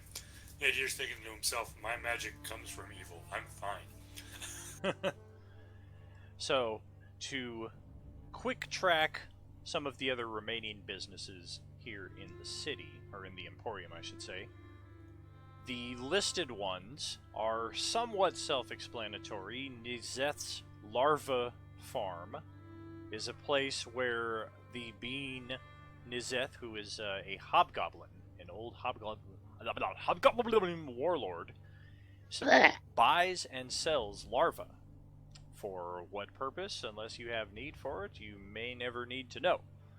In a similar vein, same thing with Icar's Away, where there's a being there who buys and sells demon ichor.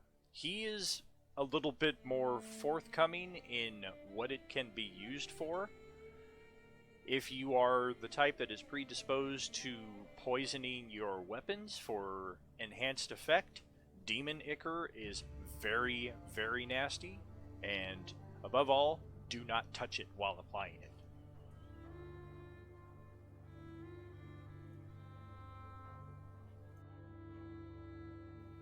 I don't know, that hobgoblin guy sounds like a real jerk. Now, from here to Avernus, on the eastern side of the Emporium, it is a business run by an Amnazu, a fat, hut-like looking being that has tiny little wings, and it is in charge of a number of imps that it uses as a courier service of types. So if you have need to ship anything or deliver messages or receive messages, this is kind of your post office. The other unnamed buildings are basically your standard fare. You're going to find mundane goods, you've got your potion keeper. The Fire Snake Forge is the best place to find any kind of weapons or armor, even if it's magical. The Infernal Rapture is kind of a store of all things due to the fact that Mahadi runs it, so you can kind of guess that anything that's truly valuable, the best stuff in the Enclave, is probably going to be found there.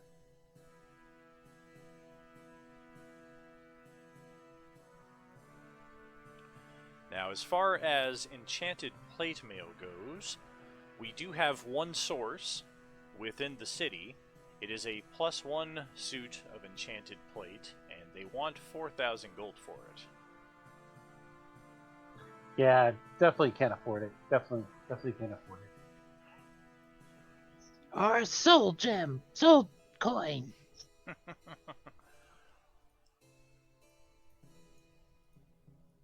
All right, so I'm gonna buy 3 healing potions. Very cool. Yeah, feel free to conduct any other mundane acquisition. The potions, we have costs on those. The guy selling potions also pushes... let me find the exact name for it. And you did say the greater were 200? Greater healing potions were 200? 200, yeah. All right, I posted it in the chat as well, but I'll be getting 2 of those. I forget how to do that. !CEM. Charlie Echo Mike.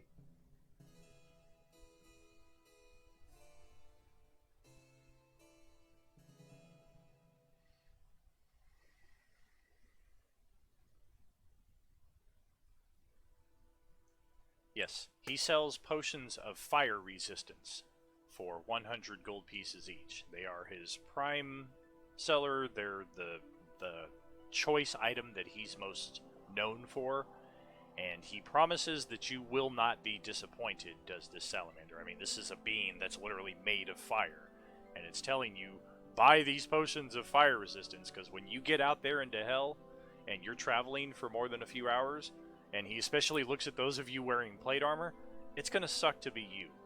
Because it's going to be so hot, you're going to get exhausted very quickly. Stock up on these potions if you can afford them, to at least afford yourself a little bit of comfort in what is otherwise sure to be complete misery. And the cost of those? 100 per. I'll buy one as well. Because this is probably one of the wisest characters in the group. The shield is providing me with fire resistance. I have 1 gold coin. No, you have 500 and something. Did you see the post on here? Yeah, scroll up. You got an emerald too. Squee gets 565 gold, 1 emerald, and 2 rubies. I spend it all on food. Oh, I see it here. A bag of caltrops and explorer's pack. You spend it all on magic beans. Okay, well, with that being the case and our final acquisitions taking place, is there anything further in the Emporium we wish to facilitate? I would look to see if there was anything like wands or anything like that available. Anything like what? I'm sorry? Like a wand or something like that. Gotcha. And I'm sorry, we kind of skipped over your barbershop visit there, which is, of course, the standard 1 gold coin. And your story is not quite on the key. It's actually kind of a mystery, but it gives you pause to think as you're hearing the story, because invariably you may have heard from some of the other party members that she's a very wise woman and she tells these really deep stories while she's doing her thing. And in Nadir's case, she talks about mistaken parentage and thinking that you know where you came from, but you really don't. And a tiefling friend of hers who came here and discovered that the pit fiend that was its mortal enemy was actually its father.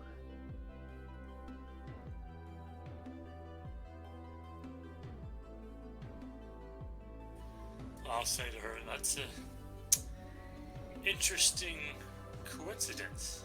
It has been rumored that my father, who I have never met, might be one of the Dark Eight.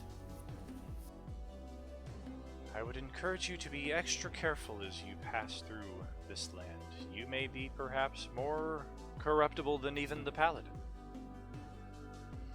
And Jason, as an aside there, +1 shield gonna run you 1,600 gold. Oh, damn. That's way more than I thought it was. Never mind. I'll just pick up a regular shield. Cool. Yeah, that's in there. Alright, what's going on here? Why am I getting notifications about selling +1 greatswords still when we sold that like an hour and a half ago? I have no idea. You're with us on that, right, James?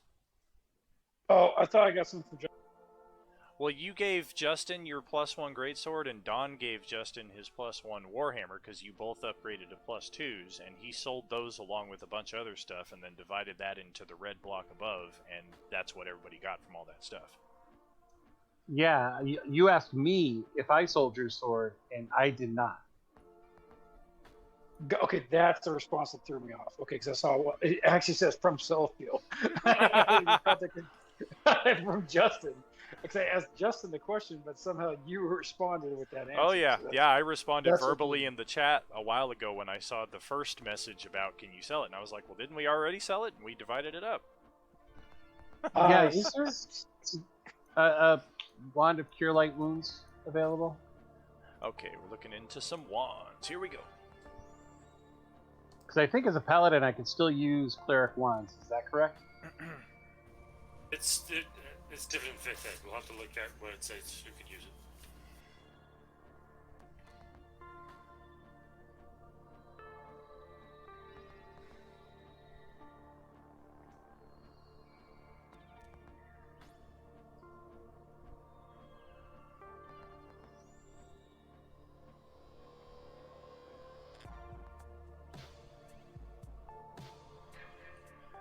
Alas, we do not have a wand of healing, though we do have a staff of healing, but alas again, attunement by a bard, cleric, or druid.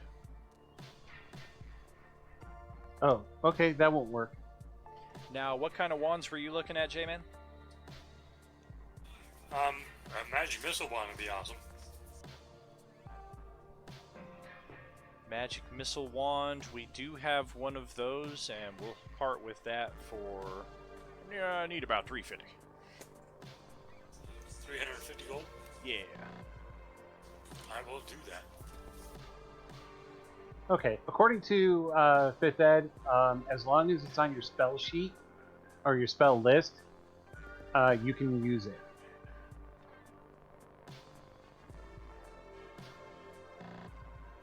Sorry, I don't mean to keep doing that.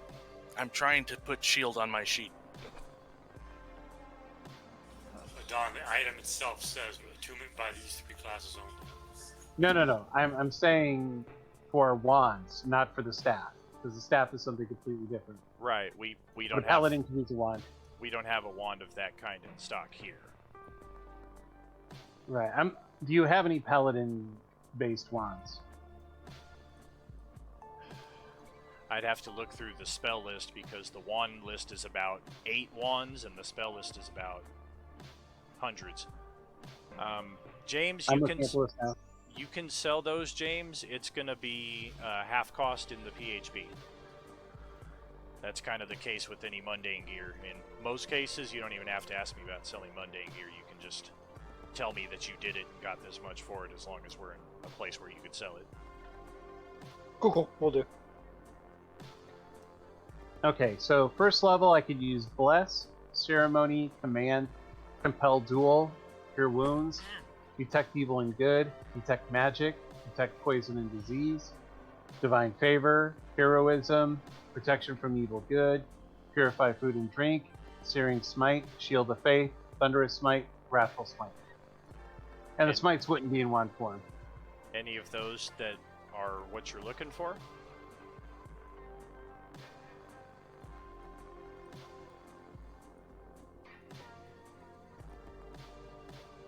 Let me just double check something really quick, because I think Heroism would be one that I'd want to look for.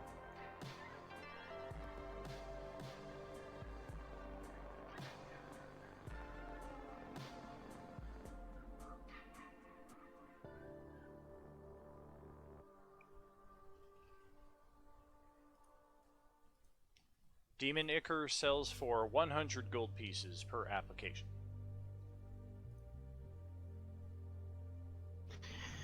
And it's just nasty. Don't touch it. Can it be applied?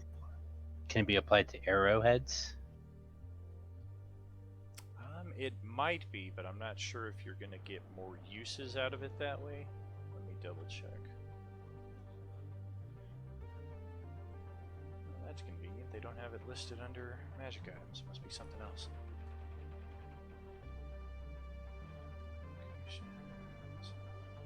Demon Ichor, there we go. Actually, is there a item that produces the effect? You Which cut the out blessed on, spell? you cut Oh, out I'm on sorry. the most important word. Is there an item available, wand or something else, that conveys the bless effect? Bless. Okay, I'll look at that.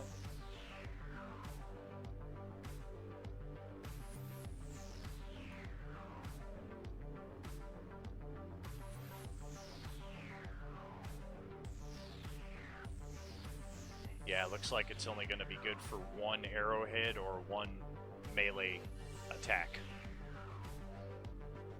Okay. It said 100 gold. Correct. Okay. There you go. Give me one. Sold. Just add Demon Ichor to your character sheet there. They don't have it in the magic items. It's in a GM only section because it requires a almost wild magic percentile roll. So yeah, Fun. be careful. I have Don't deft I hands. remember how to put shield on here. I'm sorry, what? I can't remember how to put a shield on my sheet. The lowercase I above the chat log opens up the inventory, and then just type in shield and drag that over to your character sheet. But it's not going. You have to wait until it hovers over your sheet to where like it says accepting drop from inventory, and then release it. Or if you pop out the character sheet, you have to put it back in. Yeah, if you use it as a Or- window Ah. pop-out, you have to minimize it and use it through the roll 20. That's why I couldn't do it. Okay. Ah. And one of those trial and error things. Very cool, James. More mercantile there. Wand.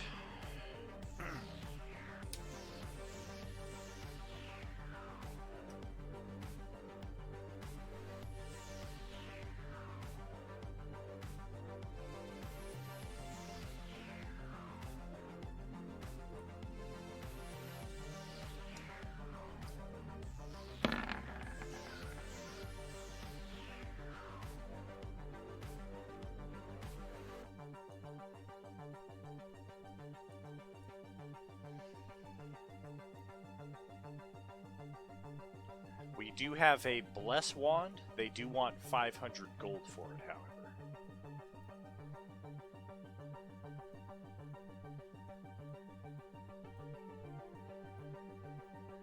So the 3 sapphire gems where it says 100 gold pieces each, is that actual value from Justin devaluing it? Or is that the actual value and it has to be devalued from there? That, in most cases, that's going to be the actual value. Justin ran into that earlier when he tried to sell the gems to Mahadi, and that was the first time we ran into a guy offering less than the listed value. But 95% of the time, the listed value for gems and art objects, that's the value you get for it, and then I'll probably double or quadruple that when I sell it to NPC number 3060. Okay, so I will spend the 3 sapphire gems and 200 gold to get the Wand of Bless. How many charges does it have? It's fully charged.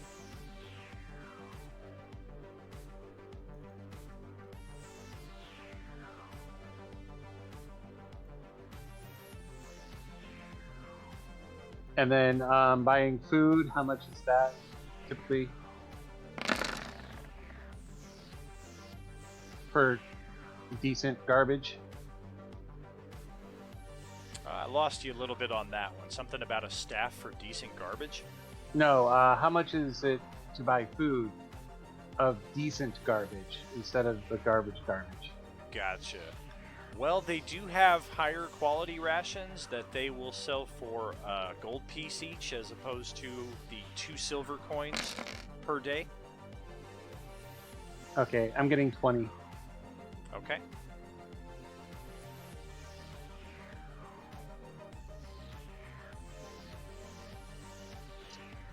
And are we due for a long rest at any time coming up? Not really. We took one right before we came into the Emporium. Because we hit level 7 once we got to the ground, and we took our long rest so we could get the level in.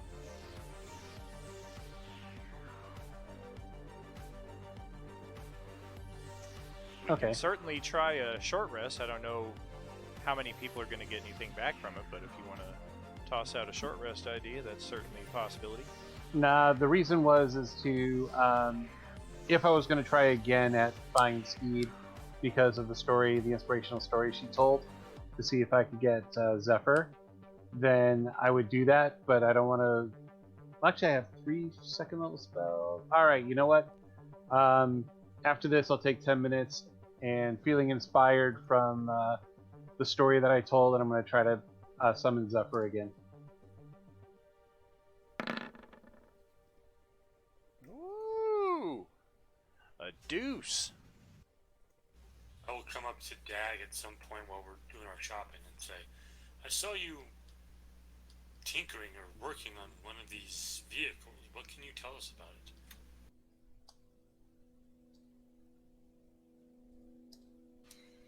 Well, the one I was working on seemed to be made out of kind of patchwork. Made out of a bunch of different things. Not really sure what makes them run yet. I'm trying to find out some more of that stuff.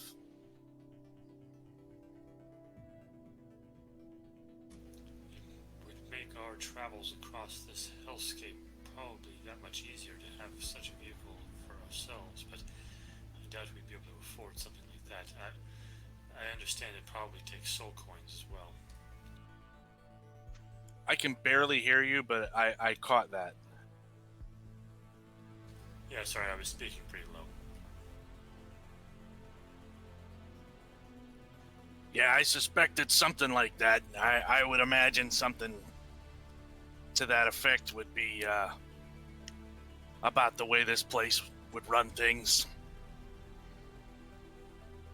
I don't know for sure yet. Let me see what I can do. I'll see if I can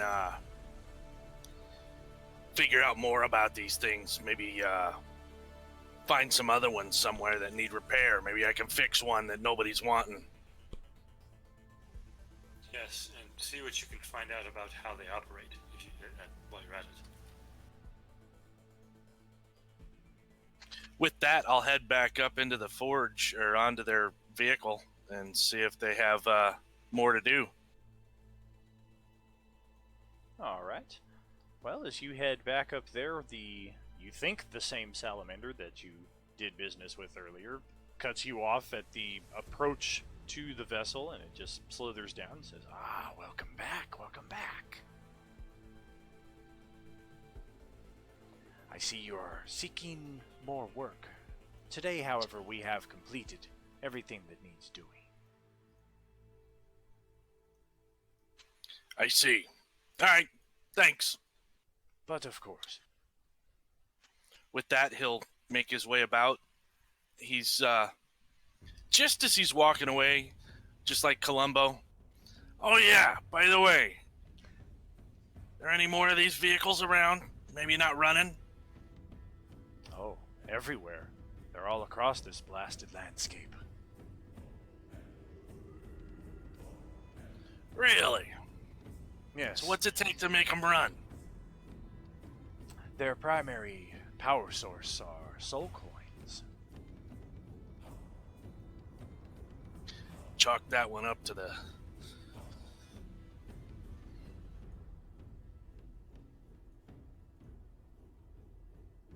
Oh, did I lose you in mid-sentence there? No. As you get another look at this vehicle, now that they've finished putting everything back together and it's more assembled, you can kind of see not only is it different than all of the other vehicles here because of the cobbled together nature of it, but it seems almost that that was done intentionally, because if you're not mistaken, the way the cobbled pieces are put together on this vessel would seem to indicate that it can separate into 3 different vehicles. Interesting. All right. And that's something that I notice. Correct.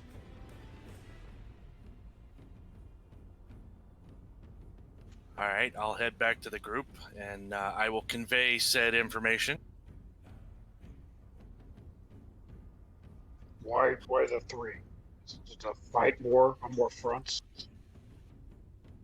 We could assume something like that. I mean, who knows? Maybe they just took 3 smaller ones and turned it into 1 bigger one. It's yeah, that sounds like a great. I'm just gonna shut up. I'm wondering about being powered by the coins. How long is it powered by it?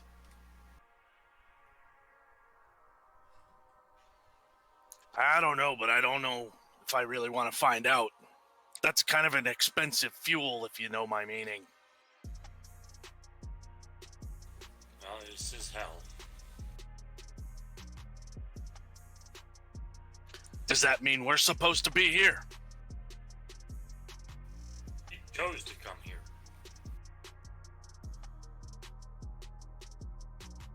You not so much. You were on the city when it fell, but we used magic to come here to save that city.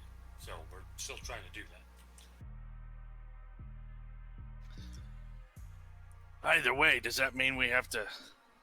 I mean, does it expend the soul? What does it do? I don't know. You know more than I do at this point.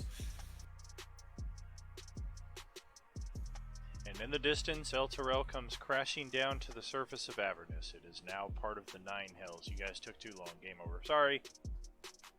Wait, you were the one who told us this. Wait 1 second. It's been like an hour and a half. Are you fucking kidding me? Wait. I took the under. What do I win? I don't know. All I know is that I lost. So that means we didn't make it to 12 games.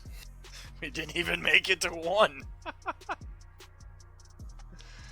Oh, that was .12 games. Yes, indeed. And we will go ahead and use the time stone to rewind all that, and we come back to actually the city still held aloft, and we probably have 13 games. .13 games? Oh. Zephyr lets out a joyful oh, Celestial.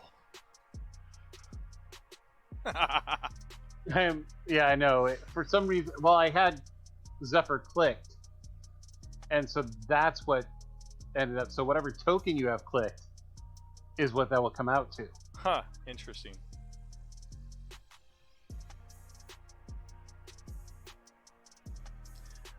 All right. Any other paths we wish to take here? You guys want to stock up on Demon Ichor? I suggest we put it in a plastic baggie. And carry it like dangling from our chest. Do they have fantasy plastic? I don't know, dude. You're the artificer. You create something that will make it a sure thing that when I hit you with the next melee weapon, the Demon Ichor goes spilling all over you, because that's what I'm going for. I could probably do that. I'm not a gnome, however, but I could probably do that.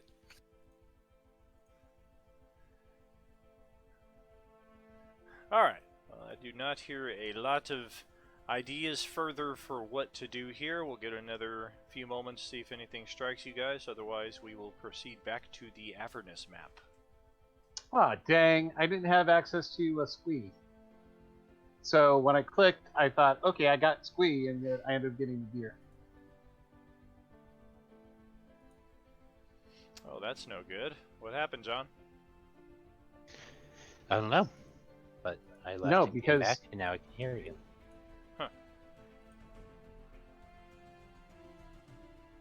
So now that Squee, and then I looked at my list of names, and Squee's name was taken off my list, and I'm like, ah, damn it. Oh, do we have Nadir controllable by everybody as well? Yep.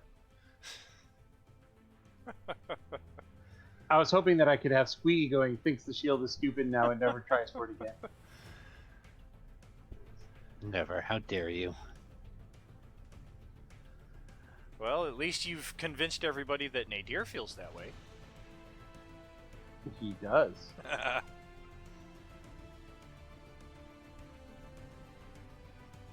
Okay, yep. And then I'm putting my rations in the saddlebags on Zephyr. Squee, you should really see if he will perhaps allow you time for us to spend together again. I notice one side of me is becoming very dirty. He doesn't clean me like you used to. Is this true? What? Is what true?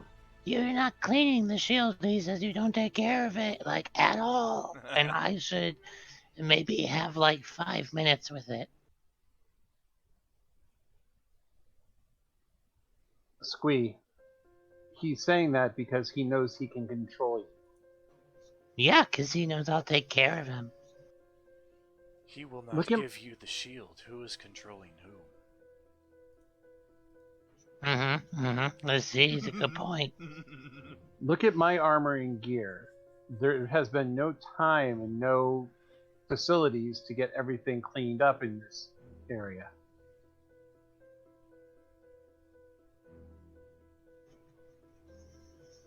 Okay, well, look, you're really busy, so I'd like just leave the shield with Squee for a bit, and I'll clean it and take care of it. And Squee. when you come back, Do you have the That's all ability good. to use a shield? yeah, you don't have to use a sheep, but yeah, it's easy. Well, pick it up then. See what happens. Okay. I Okay. let him hold it. All right, I try to heft the shield up. Alright, it is just as heavy as you recall it being. You feel that familiar sensation of, I'm now somebody again, now that you've got this artifact in your hands, because before you were just a face in a group of massless goblins, like you just blended in with the crowd. But now you're somebody, and you definitely feel empowered possessing this item. Oh, this is it. Now they're all gonna notice. And I take the shield back from him. Hey, wait, no, You were shaking quite a bit. You were really struggling with that, I'm not gonna lie. Yeah, it looked really heavy and unstable in your hands. Well, you clearly have a lot of incentive to say that. I don't. It's not my shield, it's his. The smart talking one. But only talks to him. Or you, I guess. Yeah, why do you care? Because My, I should my be goal- combat effective. Sorry, My- Phil, I need to see these things. yeah, my goal is to protect the shield so that the devil inside doesn't get out to wreak havoc. You know, it just occurred to me the shield is really similar to one of these soul coins. Apparently, from what I've been told, is that the soul coins contains the souls of people. This is the soul. This is a devil embedded within the shield. They're slightly different, but I understand where you're coming from. Yeah, it's kind of the opposite of the same thing. They're just reasonable facsimiles of each other. I'm wondering if the coins themselves can do similar things that the shield can. Please, do not dare compare a pitiful coin to the powers that the shield has bestowed, and the powers that I add to it. The coins are but currency. I seek freedom from this prison, yes. The shield will still retain its potential without me. The coins lose all power without the soul. That's pretty much what I expected you to say. Yeah, you're in a prison, no different than what those souls would be in those coins, I'm guessing. And of course, there's no way to get those souls out of the coins. There are paths one might take, if one is powerful or chancy enough. Go on. Oh, I do not impart such wisdom for free. I have already done much to aid your journey here and beyond, and I will still offer aid. But at some point, we will have to have a serious discussion about when you are going to seek the path to get me out of this prison. I don't know what you're talking about. That's a really weird thing to say is a shield. That's no prison. That's just a shield, just like a coin's just a coin. Right? I mean, it's a talkative shield, I guess, but still just a shield. Let's move along from here. We have much distance to cover, and we don't have no idea how long it's going to take us. Are you all prepared for this hot journey ahead of us? No, but I think we have everything we're gonna get. I have a potion, I'll be fine. Very well. Let us know if it is becoming too much and you need to rest. I will not be affected in this environment like the rest of you. It's the unknown unknowns that we don't know. But the known unknowns that we know, we can take care of. Exactly what I was thinking. Brilliant.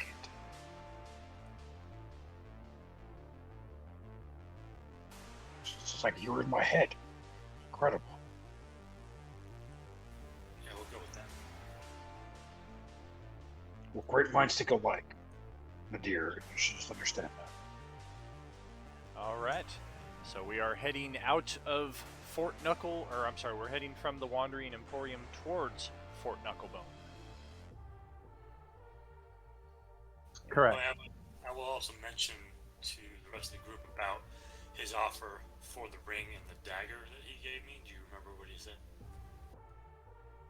1,500 for both of them, as long as the dagger is repaired. Yes, he seemed rather interested in the dagger if it's repaired, and I'm not sure why.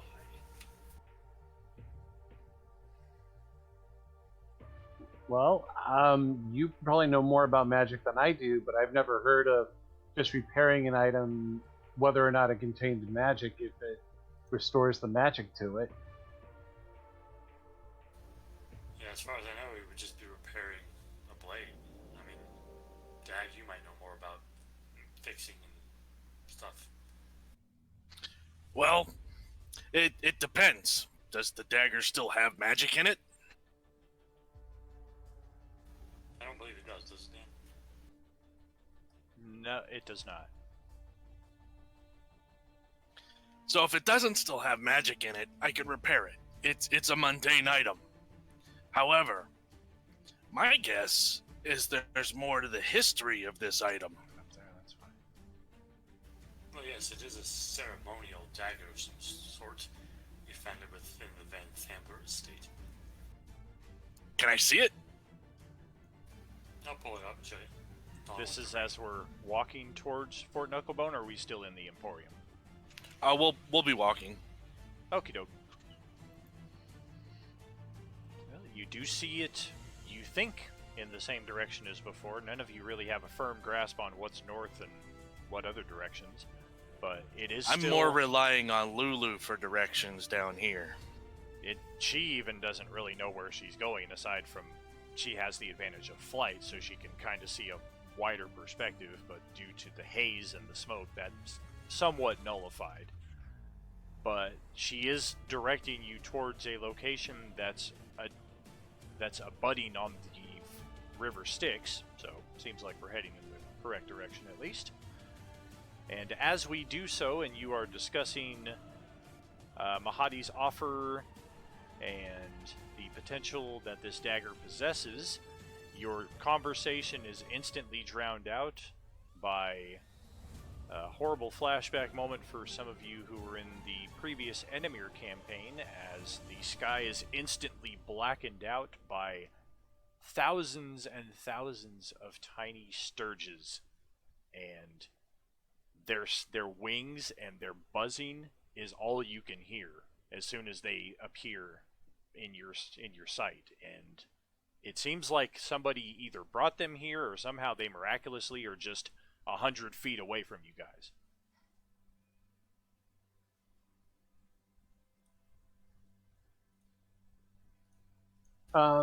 I get into a defense position. I make sure the shield is ready on my arm and my warhammer is in hand. Do they appear to be heading our direction? They are heading in your direction. They don't look like they're beelining your group. It's nothing. It's just a wisp of cloud.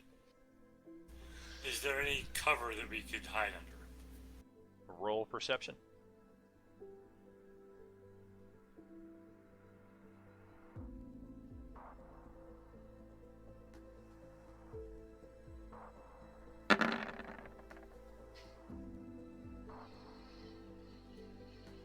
It's nothing. It's a wisp of cloud. Yeah, you're both in agreement on that, and also that there is nowhere to hide. I'll kind of look quickly around. If we had something to hide behind, perhaps they would pass us by. Dag does spot a little ditch like 30 feet away from you guys, but even from this distance you can tell it is not going to be a pleasant place to hide. Like, there are some nasty, thorny brambles. Might be better than dealing with a few thousand sturges. Into the brambles, boys. Let's go. With that, Dag will kind of slide down into the little hole with the brambles and hope that the brambles don't take on him? All right. Well, let's get some con saves against the thorny brambles, just to see how well we can endure that. There's really no way to avoid them. You're going into them.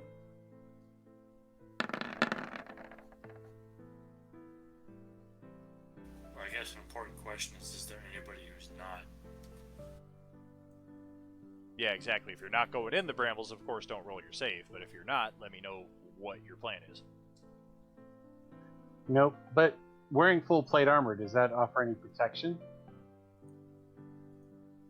Advantage or anything like that against it? I'd say advantage.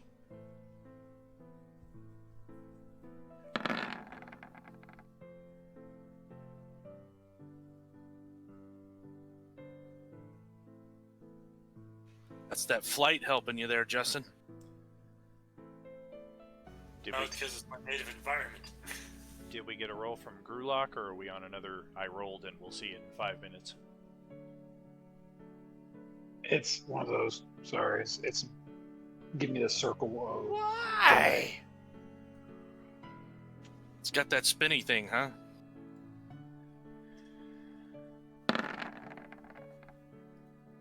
Or resetted my. What's it called? Refreshed my screen, so I'll see the pops up. Yeah, popped up for me, 25. As long as I can see it, that's all that matters. Oh, there it is. Alright, so we got the 5 points of slashing damage there if you did not make the DC 10 Constitution save. If you did, then you only take 2. Do you want one for Panzer as well? I didn't even think about that. I do.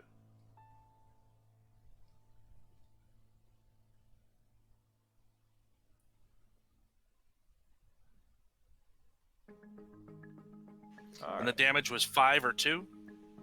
Correct. 5 for Panzer, 2 for Dag. Alright. Now, possible out of the frying pan into the fire moment here, but we will see based on the results of your saves. As your characters have a brief moment of refresh. Oh, yes, we've made it. We're saved. And here comes this cloud of buzzing sturge insects above your head.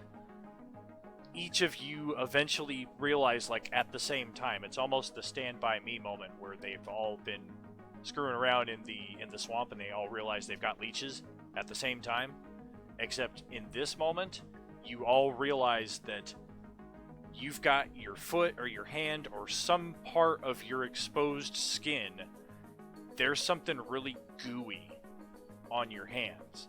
And we're going to see another round of con saves. This time, we'll use the first roll for everybody.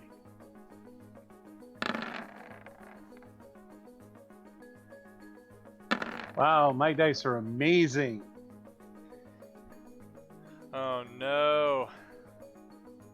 Single digits, sweet. Oh no, and everybody made the save except for Don? Holy crap, everybody made the save except for Don. And he's the only one without inspiration. Right. You inspire me, though. Oh my gosh. Well, thank you. I appreciate that.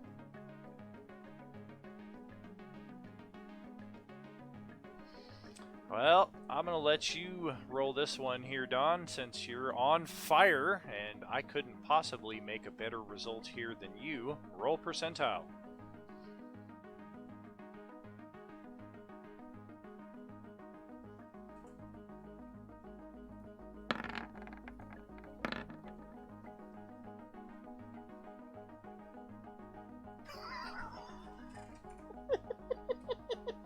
A spike falls from the sky and impales him through the chest. Holy shit! Holy shit! I have been.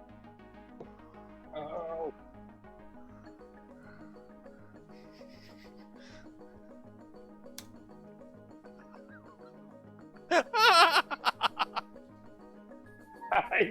he's a bobblehead.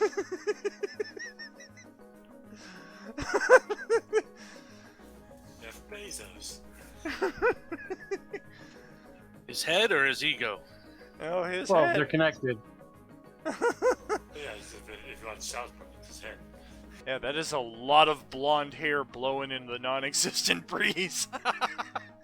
Actually, it just says his head. It doesn't say his hair, so he still has the same amount of hair on twice the head.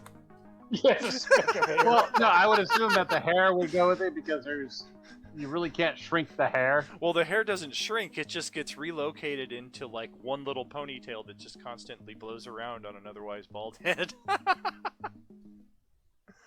Just kidding, of course. You just have a giant blonde head. If y'all just kind of look over at Sylvia like, what the fuck? And Squeeze like, that's what can happen if I hit somebody. No, What yeah, happened to your head? It's I think massive. maybe you don't look so fit to hold the shield anymore. I am plenty fit to hold the shield, Squee. Now stop. Oh, you don't have to yell just because your head's giant. so big. It's So big. It seems you have an allergy to something down here. Yeah, some sort of goo on my hands must have created this magical effect. Well, as soon as these Sturges get by, let's get out of here.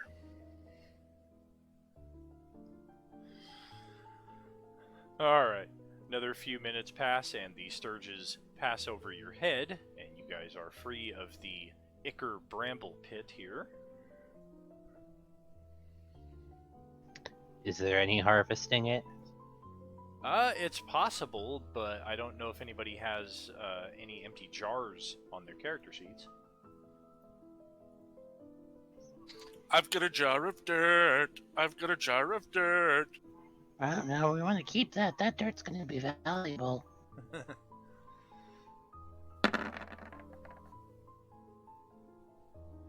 Man, Nadir can't roll for shit tonight either. He's just barely eking out these saves. Otherwise, 1 or 2 points less and he's in the same boat as Don. So I had rolled that Arcana earlier about the dagger. Anything? Right before all of this, the Sturges and the pit of Icker. Right. I'm not sure what we're trying to find out from it. It is not magical, nor has it ever been magical. So I'm not sure what the Arcana check so is. that would have told me what I wanted to know. It Perfect. looks like it may never have been magical. Yeah, it seems that the interest is more in the fact that it's a Van Thamper item, and the Van Thamper family is mostly eliminated. This guy seemed to know that too when Justin presented these items. He's like, oh, items from a almost extinct noble family. And for whatever reason, he's interested in those. It's almost like collectible trading cards. Ooh, Methuselah rookie card! This is when it was just a larva. So with that, I will kind of think back on history about that family. And I'll do a history check. Sure. Yeah, so that Arcana for me was to figure out what the hell has happened to his head. And I'm just like, I got nothing. Right, What right. the fuck just happened to that dude's head? Should we drain it?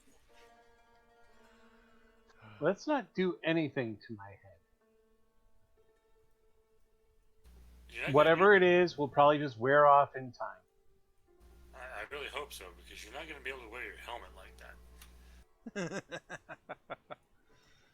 that. Squee also find that simply ignoring problem best way to deal with it. Sometimes that works. Great. Let us move on and see if we can find do a magical antidote shows up, or if time makes it go back to normal. Alright, we still have a few miles to progress between the Emporium and Fort Knucklebone.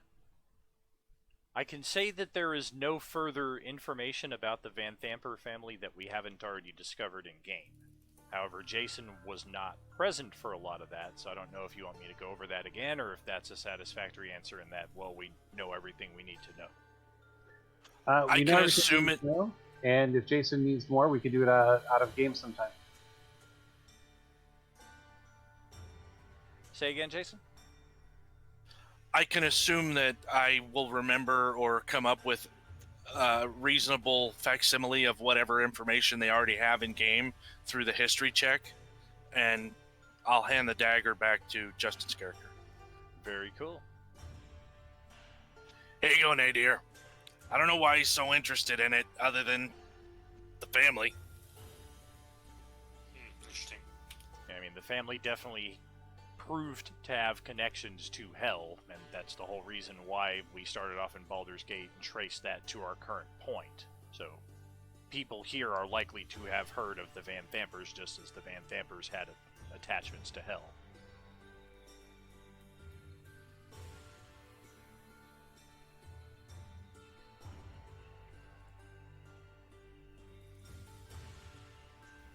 I have my suspicions that these things may still prove useful to us. You want me to fix it? I can fix it. Not yet. Fort Knucklebone. Decent glimpse at that.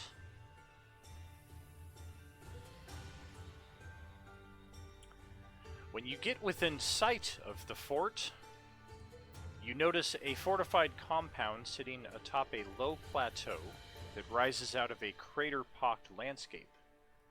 At the center of the compound is a hill of rust-colored stone that resembles a hand clawing out of the ground, with gaps between the fingers. A jagged wall made of rock, bones, and metal debris surrounds this hand-shaped hill. Other highlights visible from this distance include a gatehouse, atop which stands a half-dozen small figures on watch.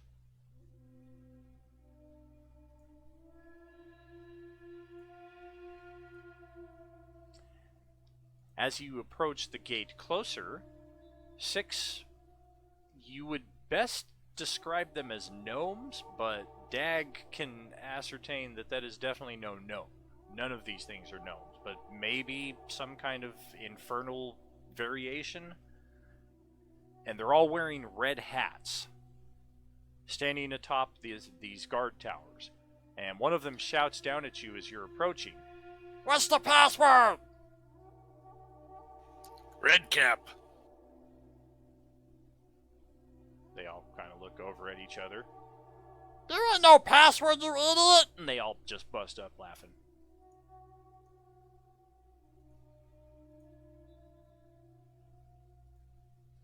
After... With that, I'm kind of looking and observing the wall, like, kind of determining, is that native metal or metal from other places, or perhaps something to that effect?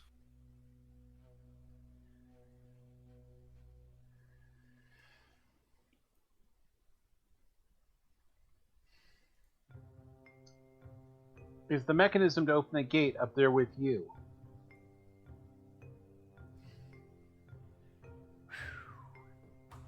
You guys sure like sending me in 2 different directions at the same time. Thanks. Thank you. Alright. So I'll answer the one I can answer offhand because I didn't read about the metal construction, but I do know where the opening apparatus is for the gate. Yes, it is up here. You want to come in? You gotta do what we tell you.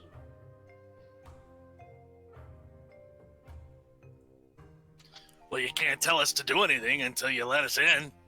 No, you gotta do it outside the gate. That's what I'm talking about. Each of you... But that's not what you said.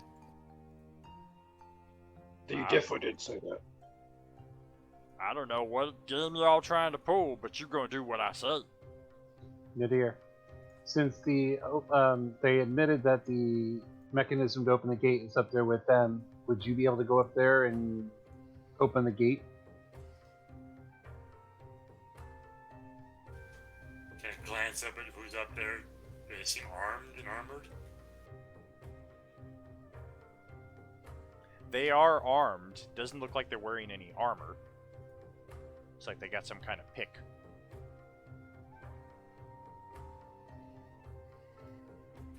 I'm not hardy, Sullivan. 6 individuals attacking me with weapons while I try to open a gate isn't going to go well for me. Understandable. Maybe I can act as a shield for you while you do whatever. Let's see what they have to say first. So what is it you want? Okay, the metal is a mix of native and elsewhere. Thank you, sir. What I want is each of you stand on 1 foot. And if we do this, you will open the door. Maybe. That's not the answer. It's either a yes or no. They kind of look over at each other for a few moments. Where is it that you think you are? Excuse me. Where is it that you think you are? You're in our house. You do what we say. Well, you don't have to We're be right all here. emotional about it. Very emotional. If we're going to make some sort of deal with you, I want to know the terms. You guys just suck. Y'all should just come on inside. And with that, the gate starts to open, and these guys have apparently lost all interest in messing with you guys because you will not be messed with, and you insist on using logic against a group of pranksters. So just move along, move along. Now, let's see here. These aren't the adventurers you're looking for. Move along. Move along. The main feature of the fort, as described, is the hand-shaped hill. And we're going to go ahead and pop over to the Fort Knucklebone map now.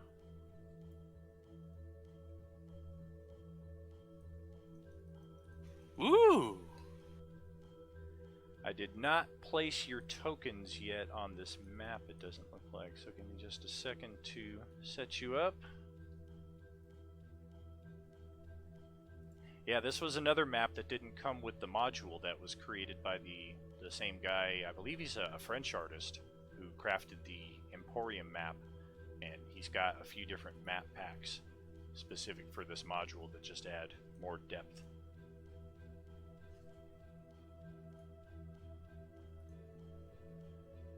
I like it. It's a good looking map. Yeah, for sure.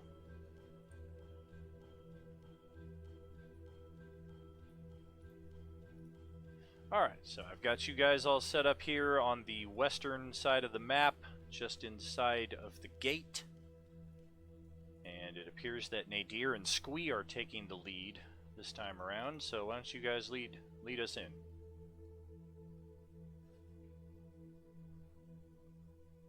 Just kidding. Other than the 6 weird gnomes that were at the gate, do we see anybody else at this point? Oh yeah, once you come inside, you note that the area enclosed by the rampart is littered with trash and mechanical parts, some put together in a way that resembles a vehicle. Ramshackle structures built from the same junk as the outer wall provide shelter. A platoon of small fey creatures mills about, all looking like feral gnomes. Several of them sport tall red caps, some of which drip with vile ichor. A pair of Kenku examine one of the strange vehicles, chattering to each other in high-pitched squawks. These Kenku carry an assortment of strange tools. When they see you, they turn and stare in wonder, seeming to instantly recognize Lulu. And one of them squawks and waves in your direction as if telling you just stay where you're at, and says, What a deal! Patience is a virtue. Can't keep the boss waiting. and he runs off into one of the nearby trash structures. Moments later, he returns, leading a tall creature wearing a long, tattered shift covered in mud, blood, mold, and worse. Kind of reminds me of Latrine from Robin Hood Men in Tights, but I digress. The hag's eyes seem to move independently of each other as she approaches, her straggly brown hair hanging in front of them. Resting on each shoulder are red-eyed ravens that scrutinize your group. Behind her, a hulking creature built of disparate fiendish parts trudges, moaning and hopping as it walks. Then both of the hag's eyes focus keenly on your group and on Lulu, specifically. My goodness, the hag croaks, spittle dribbling from her mouth. Where did you find such treasure?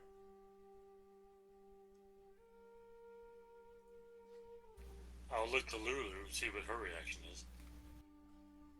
She seems a little confused at the hag. She had a brief moment of recollection at the Kenku that she was like, oh, but the Kenku were so quick, it's just like, oh, wait, and then they ran off and came back, and the hag started talking. So Lulu definitely recognized the Kenku, but she doesn't seem to know who this hag is.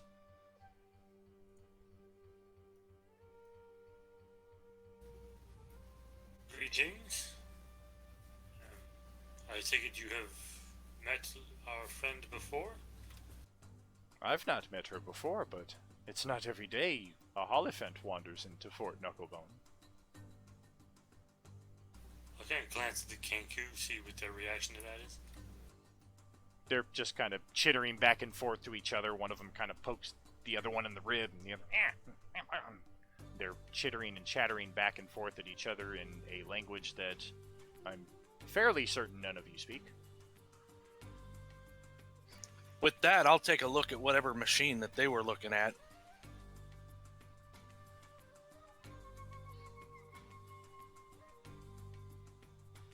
Yeah, it looked like they were working on one of those infernal war machines. You don't quite know the different varieties to tell them apart from each other, but this one is definitely similar to the ones that you saw earlier in the Emporium. Lulu, does any of this look familiar and where you may have left the sword? It looks familiar, but it's not all there.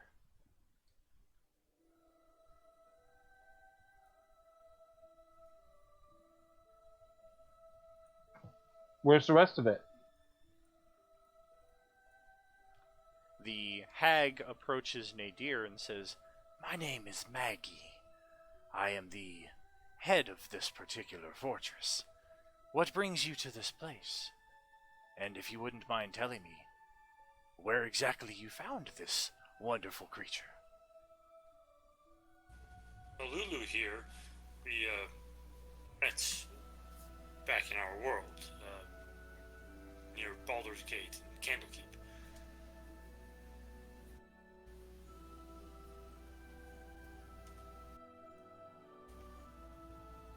We have come to this place on a mission to right some wrongs. Oh, and what wrongs is it that you seek to right, and what does Fort Knucklebone have to do with any of that? I imagine... I can't imagine what it would be. Now, I'm gonna need a fresher out of game why we came to Knucklebone. This was a location that Lulu saw in her vision, and she remembered it as, like, basically the last location that she had visited in Avernus, and then she was able to spot it from Elturel, and that's what led you guys here. You come to your fine fortress, because it is the last place our friend remembers being the last time she was here. Interesting. You have been here before. Well, perhaps you can tell me more about your visit here, and we can piece together exactly what brings you back here. And as Lulu begins to respond in her typical mannerism, it becomes rapidly clear the full extent of Lulu's memory gaps and how she's trying to piece together her past in order to help you guys with this current quest. And Lulu's very open about that stuff. So unless you guys directly try to stop her in the middle of her dialogue, that's exactly how she describes it.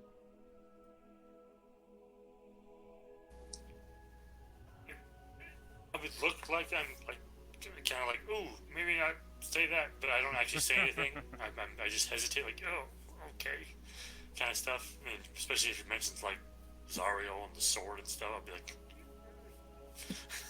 but that's about it for now.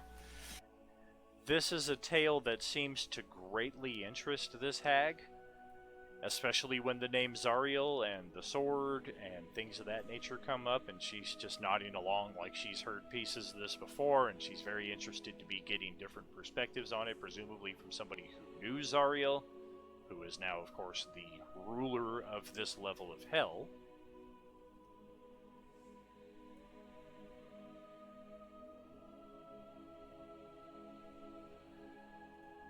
I just glance up, listening to the story as I'm still inspecting this vehicle, seeing if I can figure out what's wrong with it.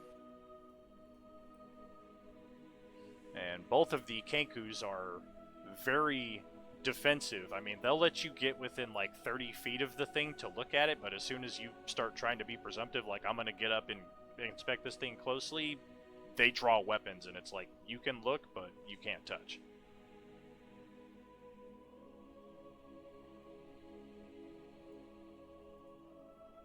Just met with all kinds of chittering.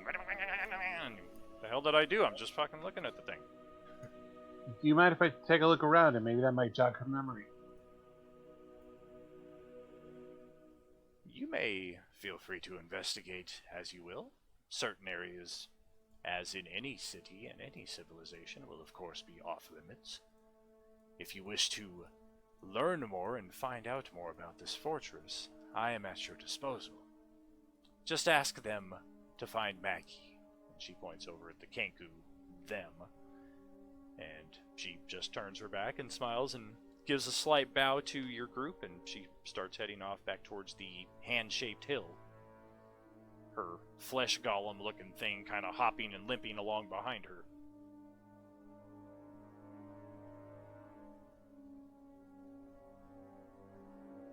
Lulu will follow your instincts if you want to lead on and take a look around this place.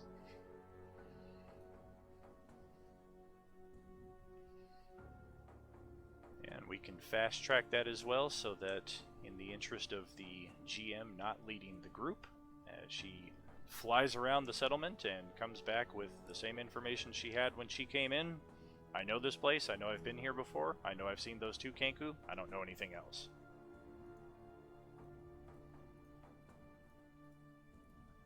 Seems like the party's gonna have to unravel this mystery instead of the NPCs. Unfortunately. Let's go see if we can find a drink.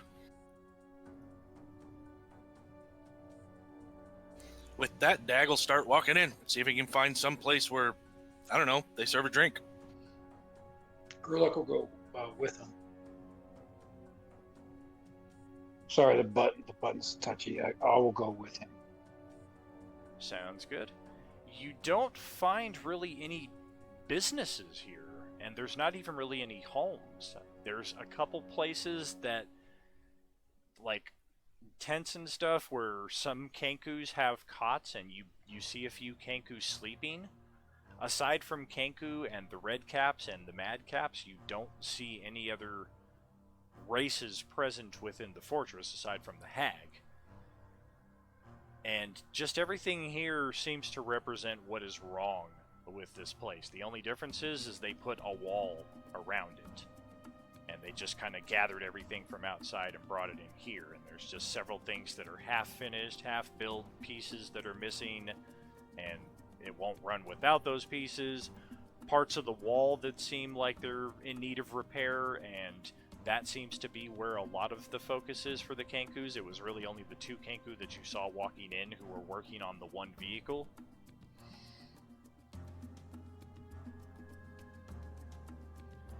I'll just check out the other vehicles as I'm walking around, still kind of finding if there's a tent or something that, I don't know, fermented bird seed or something. Yeah, you find some tents where it seems like people don't mind if you come in and, like, at least sit down, but, like, nobody has any business that they're offering. Nobody's selling food, nobody's selling drink. It's almost, like, fortuitous that you picked up that bottle back in the Emporium. So, like, man, if I hadn't gotten it there, I definitely wouldn't be getting anything here. I'm going to start walking up the hill. Cool, cool. You hear all kinds of clanging and hammering and shouting and industry going on below you. You can see vents right there as close as 10 feet away from you that lead down into the hill. And it sounds like if there's 40 people up here in the Enclave, there's got to be like 100 of them down below this hill. Like, everybody's chilling down there. No, I wouldn't say chilling. Everybody's hanging out down there and working.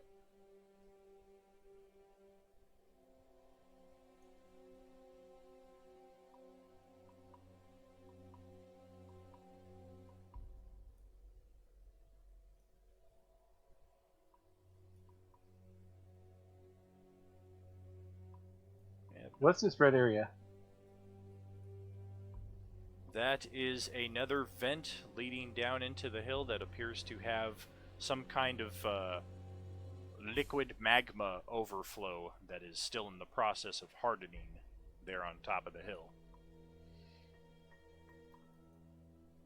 Why do I get the feeling Master Blaster is downstairs? Could be, could be. It doesn't take your characters long wandering around this junkyard, basically, before you realize that nothing is triggering for Lulu, and there really isn't anything here for any of you guys. I mean, if you're lucky and can put together one of these vehicles, maybe, if they let you have it, that might be something you can get out of this place, but otherwise it's just kind of like, what are we doing here? And it looks like this piece here might be another half of this vehicle. Possibly. As if sensing your character's state of mind at this point, Maggie just happens to be 20-30 feet away from your group, kind of casually walking around the perimeter of the encampment, purposely making sure that you guys can see her. She's not being very subtle about it. And what's your move now? Lulu, do you do you know if you're above ground or if you actually went underground when you were here?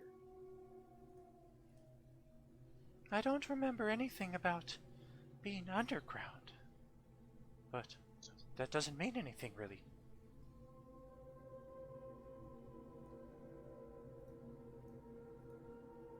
We might even Well, have to search below. Let's head underground. Sorry, let's head underground. Your voice sounded weird for a second, but yeah, we should go. Maggie just heads straight towards your group at that, and she's kind of shaking her head. That would be one of the off-limit areas that I was referring to. Perhaps I may suggest an alternative method. See, I am quite gifted in arcane magics, especially enchantments and mind alterations. I may just know a ritual that might help free some of these blockades in her mind, open up the channel to rational thought again, if my appearance is not so off-putting to you. Is Siliphile's head still big? It is still big.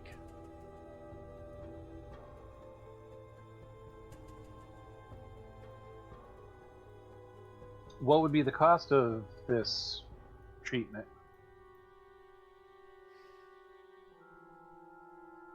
I would need some time to gather the necessary materials, if you are amenable to that. In the meantime, there may be some tasks you could help out around the junkyard with. Some people may be willing to let you help if you grease them the right way. Wait a minute. You mean somebody wants me to pay them to let me help them? I didn't say anything about payment, but how one approaches a situation is as important as how they leave the situation. That makes sense. Lulu, is this something that you're willing to partake in? she flaps her wings excitedly. Just the prospect of getting some of these memories back is very exciting to her. Very well. We shall find out what we can do to help out around here. In the meantime, while you gather your supplies and whatever is needed to help Lulu. I shall contact you in due time.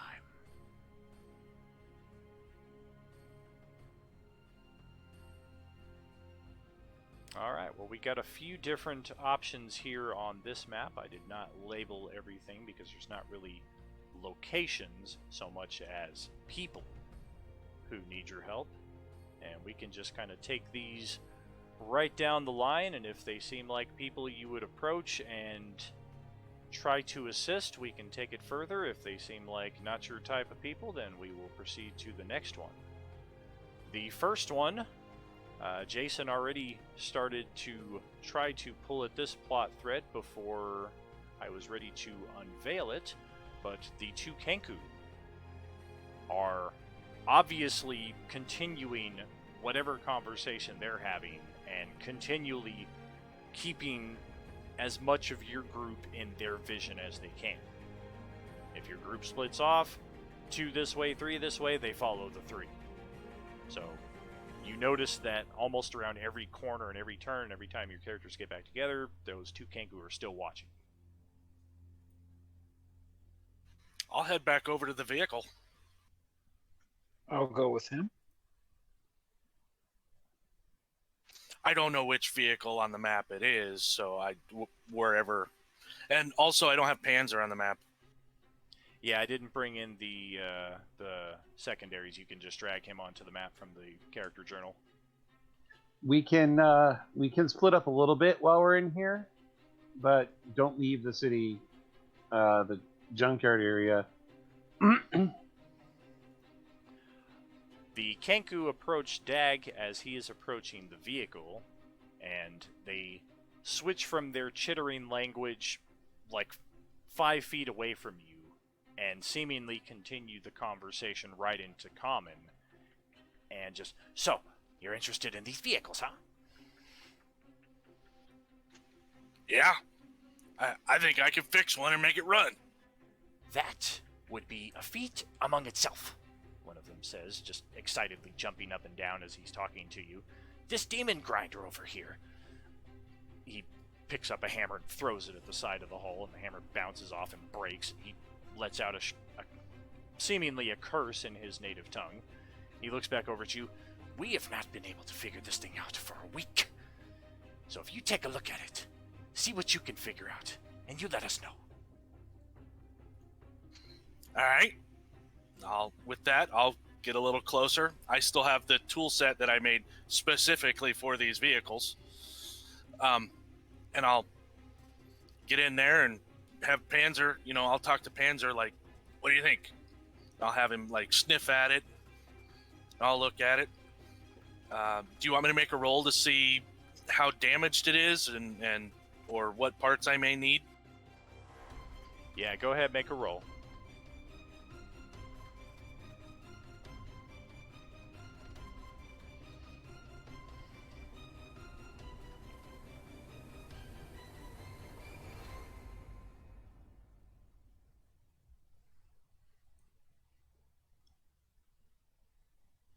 So this is pretty close to what you were fixing on the previous vessel over in the Emporium. It's one of the parts in the Demon Grinder, which is apparently the name of this class of vehicle, not necessarily the specific name of this vehicle. You're gaining from the way they keep talking about it. There is a spiky gear as part of the tread that is faulty right now, and it's disrupting the flow of infernal energy throughout the vehicle. So it's like they can get it started up, but then it instantly shuts off as soon as they try to get it to move. Looks like you might have thrown track or something here. Let me see if I can fix this. What I need you to do is I need one of you to go find me one of these. And I point to the gear that they're that's obviously got a problem with it. Maybe some teeth are gone off of it or something. I just happen to be one of those rare players. I actually have real life experience with these type of things. I dig it. Go find me a couple of these. We'll see if we can get this thing running. They are very excitedly hurrying off into the junkyard to see what they can scrounge up now that you've isolated what the part is. Are they both gone? They both leave, yes. Squee, go. What? Go. See what you can find out around here. Go where? And do it quietly. Go where? You don't even know who I am. And I'll start pulling the gears and everything off. Why didn't you send me to go and find stuff? I'm very knowledgeable and crafty. Well, because you're about 3 times his size. He can fit in lots of places you can't. Oh, very logical. Thank you. As Celestial is watching this go down, the flesh golem being rounds a corner and bumps right into you, and it just kind of looks like it's trying to say something to you, but all it comes out as is moans, and it's still kind of hopping weirdly on one leg. And as the flesh golem is seemingly trying to have some kind of conversation with Celestial, that is just there are the same 6 red caps that are on guard duty, and they see this going on. And as the golem starts hopping a circle around Celestial, all of the guards abandon their post, and they come sliding down the ladders into the encampment itself, and they start doing their best impersonations of this flesh golem. And it just looks like the silliest, most ridiculous dance sequence that Celestial's ever been a part of. And it's like they're doing Ring Around the Celestial. Why does this sound like something like the Sprinkler or the Funky Chicken? Yeah, exactly. Is your leg hurt? The flesh golem just continues to moan and hop around, and all of the red caps start shouting, Do the Mickey! Do the Mickey!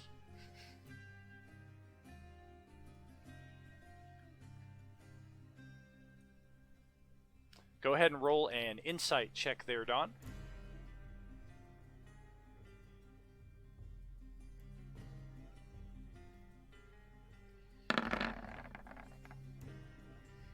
Nice. Yeah, you're kind of on the right path there. I mean, you're thinking something is up with its leg, and as you look at it closer, as it keeps limping around you, it's got like a bone fragment or something stuck in the bottom of its left foot. I'm going to remove the bone fragment from its foot. Okay. That's what was holding it together! Shit! Yeah, that's the nucleus Lego. You take that one out and the whole structure falls apart. Yay! Let's go ahead and get a medicine check there from you, Don.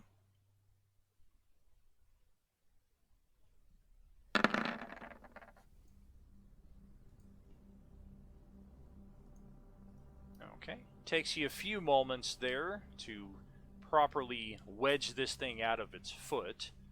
And as you're doing so, you don't even feel it because you're wearing full plate armor, but some of these red caps see what you're doing and they instantly take offense to it. Just like, what the heck? You're screwing up our day, dude. This is the one fun thing that we have here, and you're trying to make him normal again. So there is a flurry of tiny little legs kicking at you as you're trying to get this thing out of its foot. And again, you don't even really feel it. You just hear them, their angry voices right next to your ear.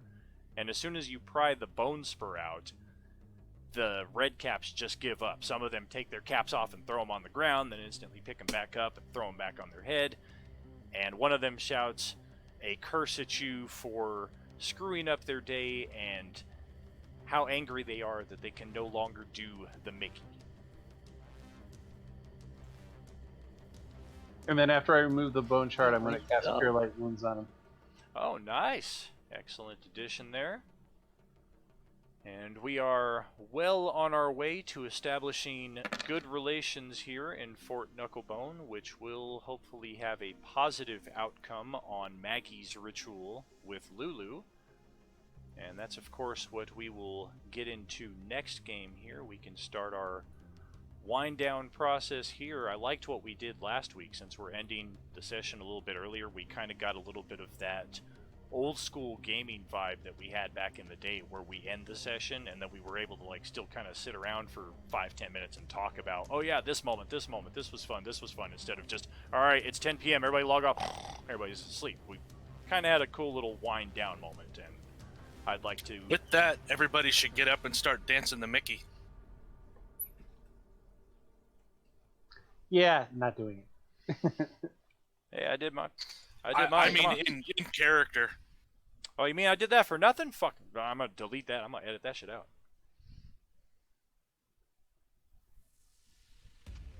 I'm really enjoying this module. I haven't seen a module this detailed really probably since early Ravenloft.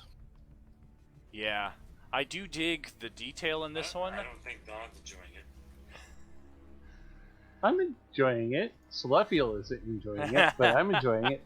I think that shield's probably a bad influence. I'm enjoying the module and the game. There are a couple of characters that I might not be enjoying so much. Just saying. That's par for the course. I think because Denchar was discriminated. Well, we only got par for the course that you cut out. Oh yeah, I was just letting John fill in the blanks there. I was just saying because Celestia was discriminated against back in 2007, I think that's kind of been one of the underlying goals of Dawn's characters going forward is, oh yeah, you discriminated me, I will discriminate you.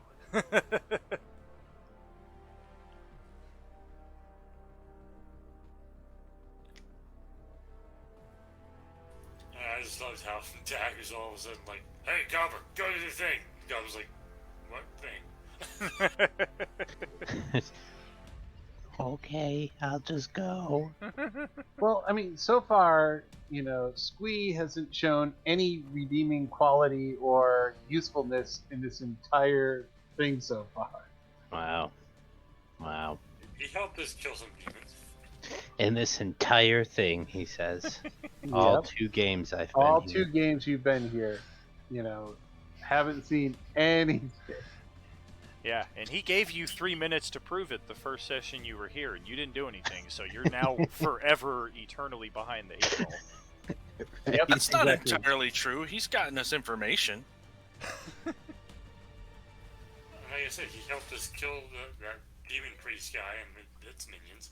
Oh, not only that's helped... because he wasn't here. Well, no, he was here for that. Not only did he help kill the undead priest guy, but he kept running away from him, which made the demon or the undead priest not fight you guys. He It actually effectively worked really got rid well. of 2 of the little fucking stupid things. Why can't I remember what they are? It's because I'm trying to. He's Jar Jar being effective. The Dretches? Yes, the Dretches. I mean, technically they're not dead, but he effectively got rid of them. As a DM, I would award the same amount of XP.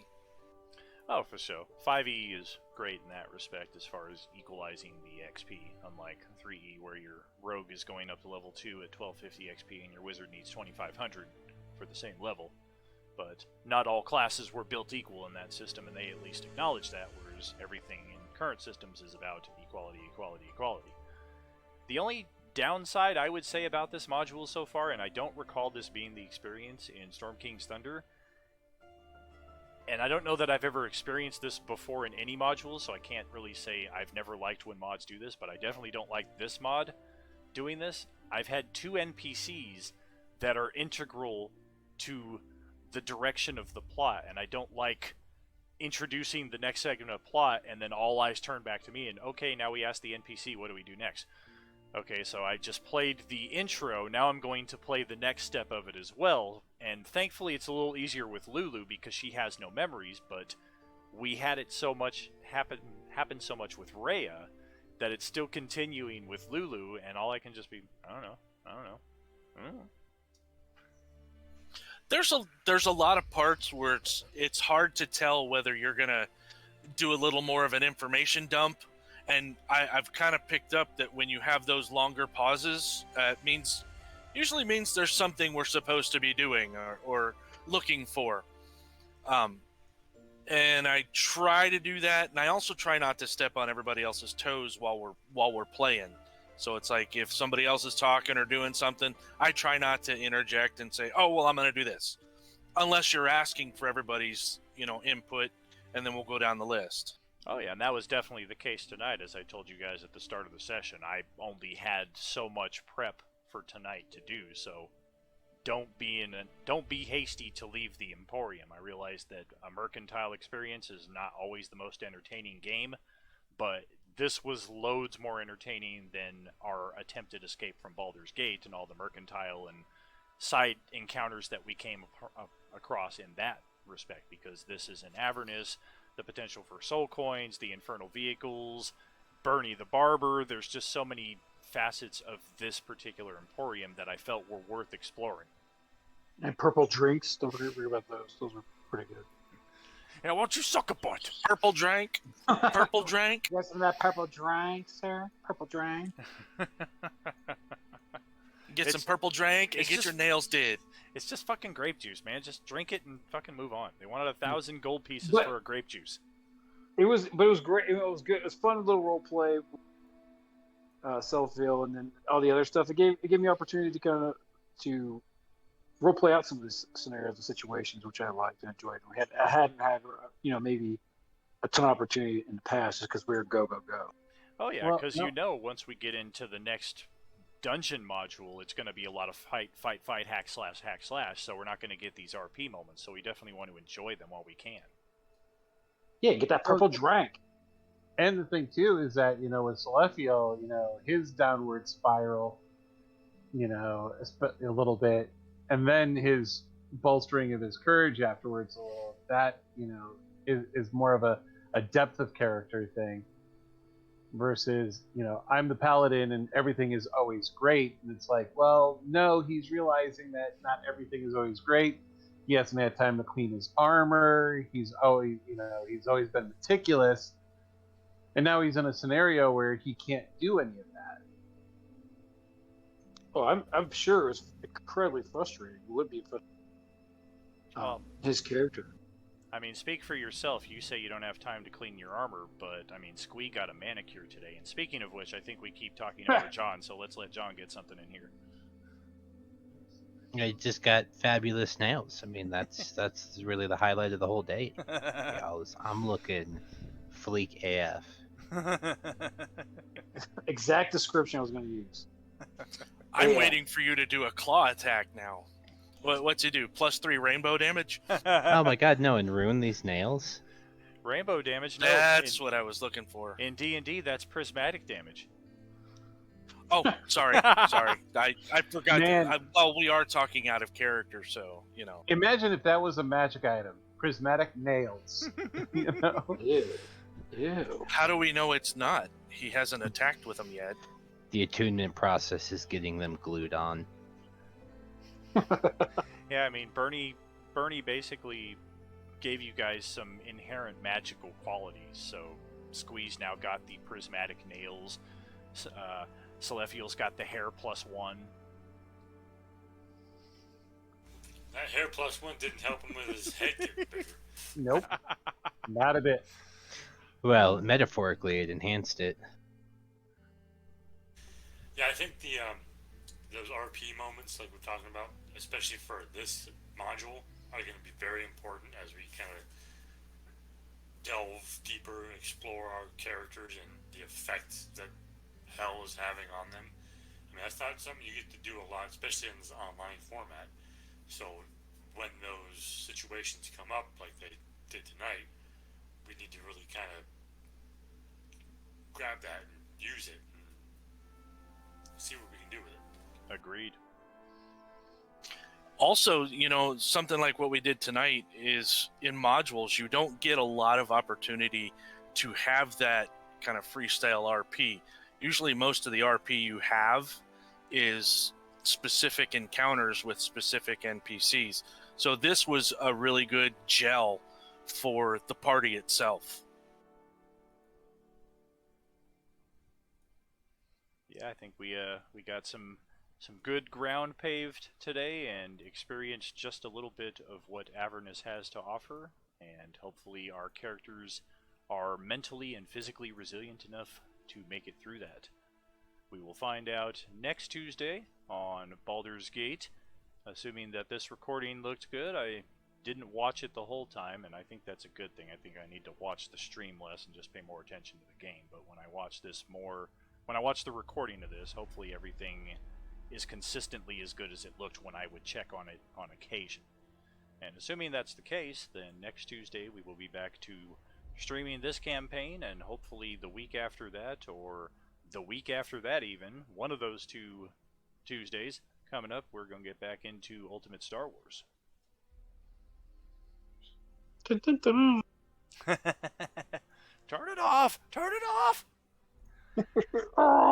Great time all tonight. I didn't want to interrupt your RP there when you were in the middle of doing it, Don, but some of you may have seen me talking and being very emphatic. I was just praising that you just dialed the RP up to 11, like in a 2-minute span.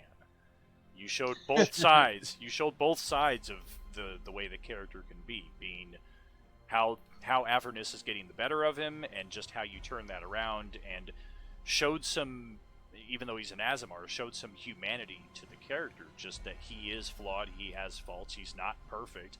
These are his friends, and he wants to do right by them, and I thought that was the highlight of the game for me. Thank you. Great stuff. Good. Oh yeah. Good stuff tonight, all. Thanks for joining in, and next week we should have Squeeze, his character portrait done. I think actually tomorrow it should be in, so that'll be placed into our stream. In the meantime, thanks all for joining, and thanks for watching, assuming that this ever gets presented on YouTube. I have hopes that it will. Oh, and remember our new day and time for RPU OOC, Wednesday nights at 7 p.m. So if you guys are free during that time, come on up, come and take a watch, chat with us, throw out comments, and help us to interact and have something to interact with. Yeah, I mean, Lost isn't on anymore, and that was the 7 p.m. Wednesday night slot, so with that not being on anymore, I mean, nobody's got any excuse, really. Just be here, just watch, and just hang out, because we're all here to have fun. That was a few years back. That's how big that show was for me. I still remember what time it was on. And they switched days for it, too, and time slots. It eventually got pushed back to the 9 p.m. slot. You are responsible for digging that hole for me, because I was still in the military when that was on, and I was always gone to the field, so I could never watch it. Oh, man. Yep. That's a good one, too, that we will maybe implement on our OOC after party at some point, but that's going to definitely be a commitment. Anyway, sorry to drag on the after party bit here. Definitely some good conversation, good wind down. And thanks again all for joining in, and we will catch you tomorrow night for RUOOC. See you tomorrow. Have a good one. Yep, see you tomorrow. Night all. You guys have a good night.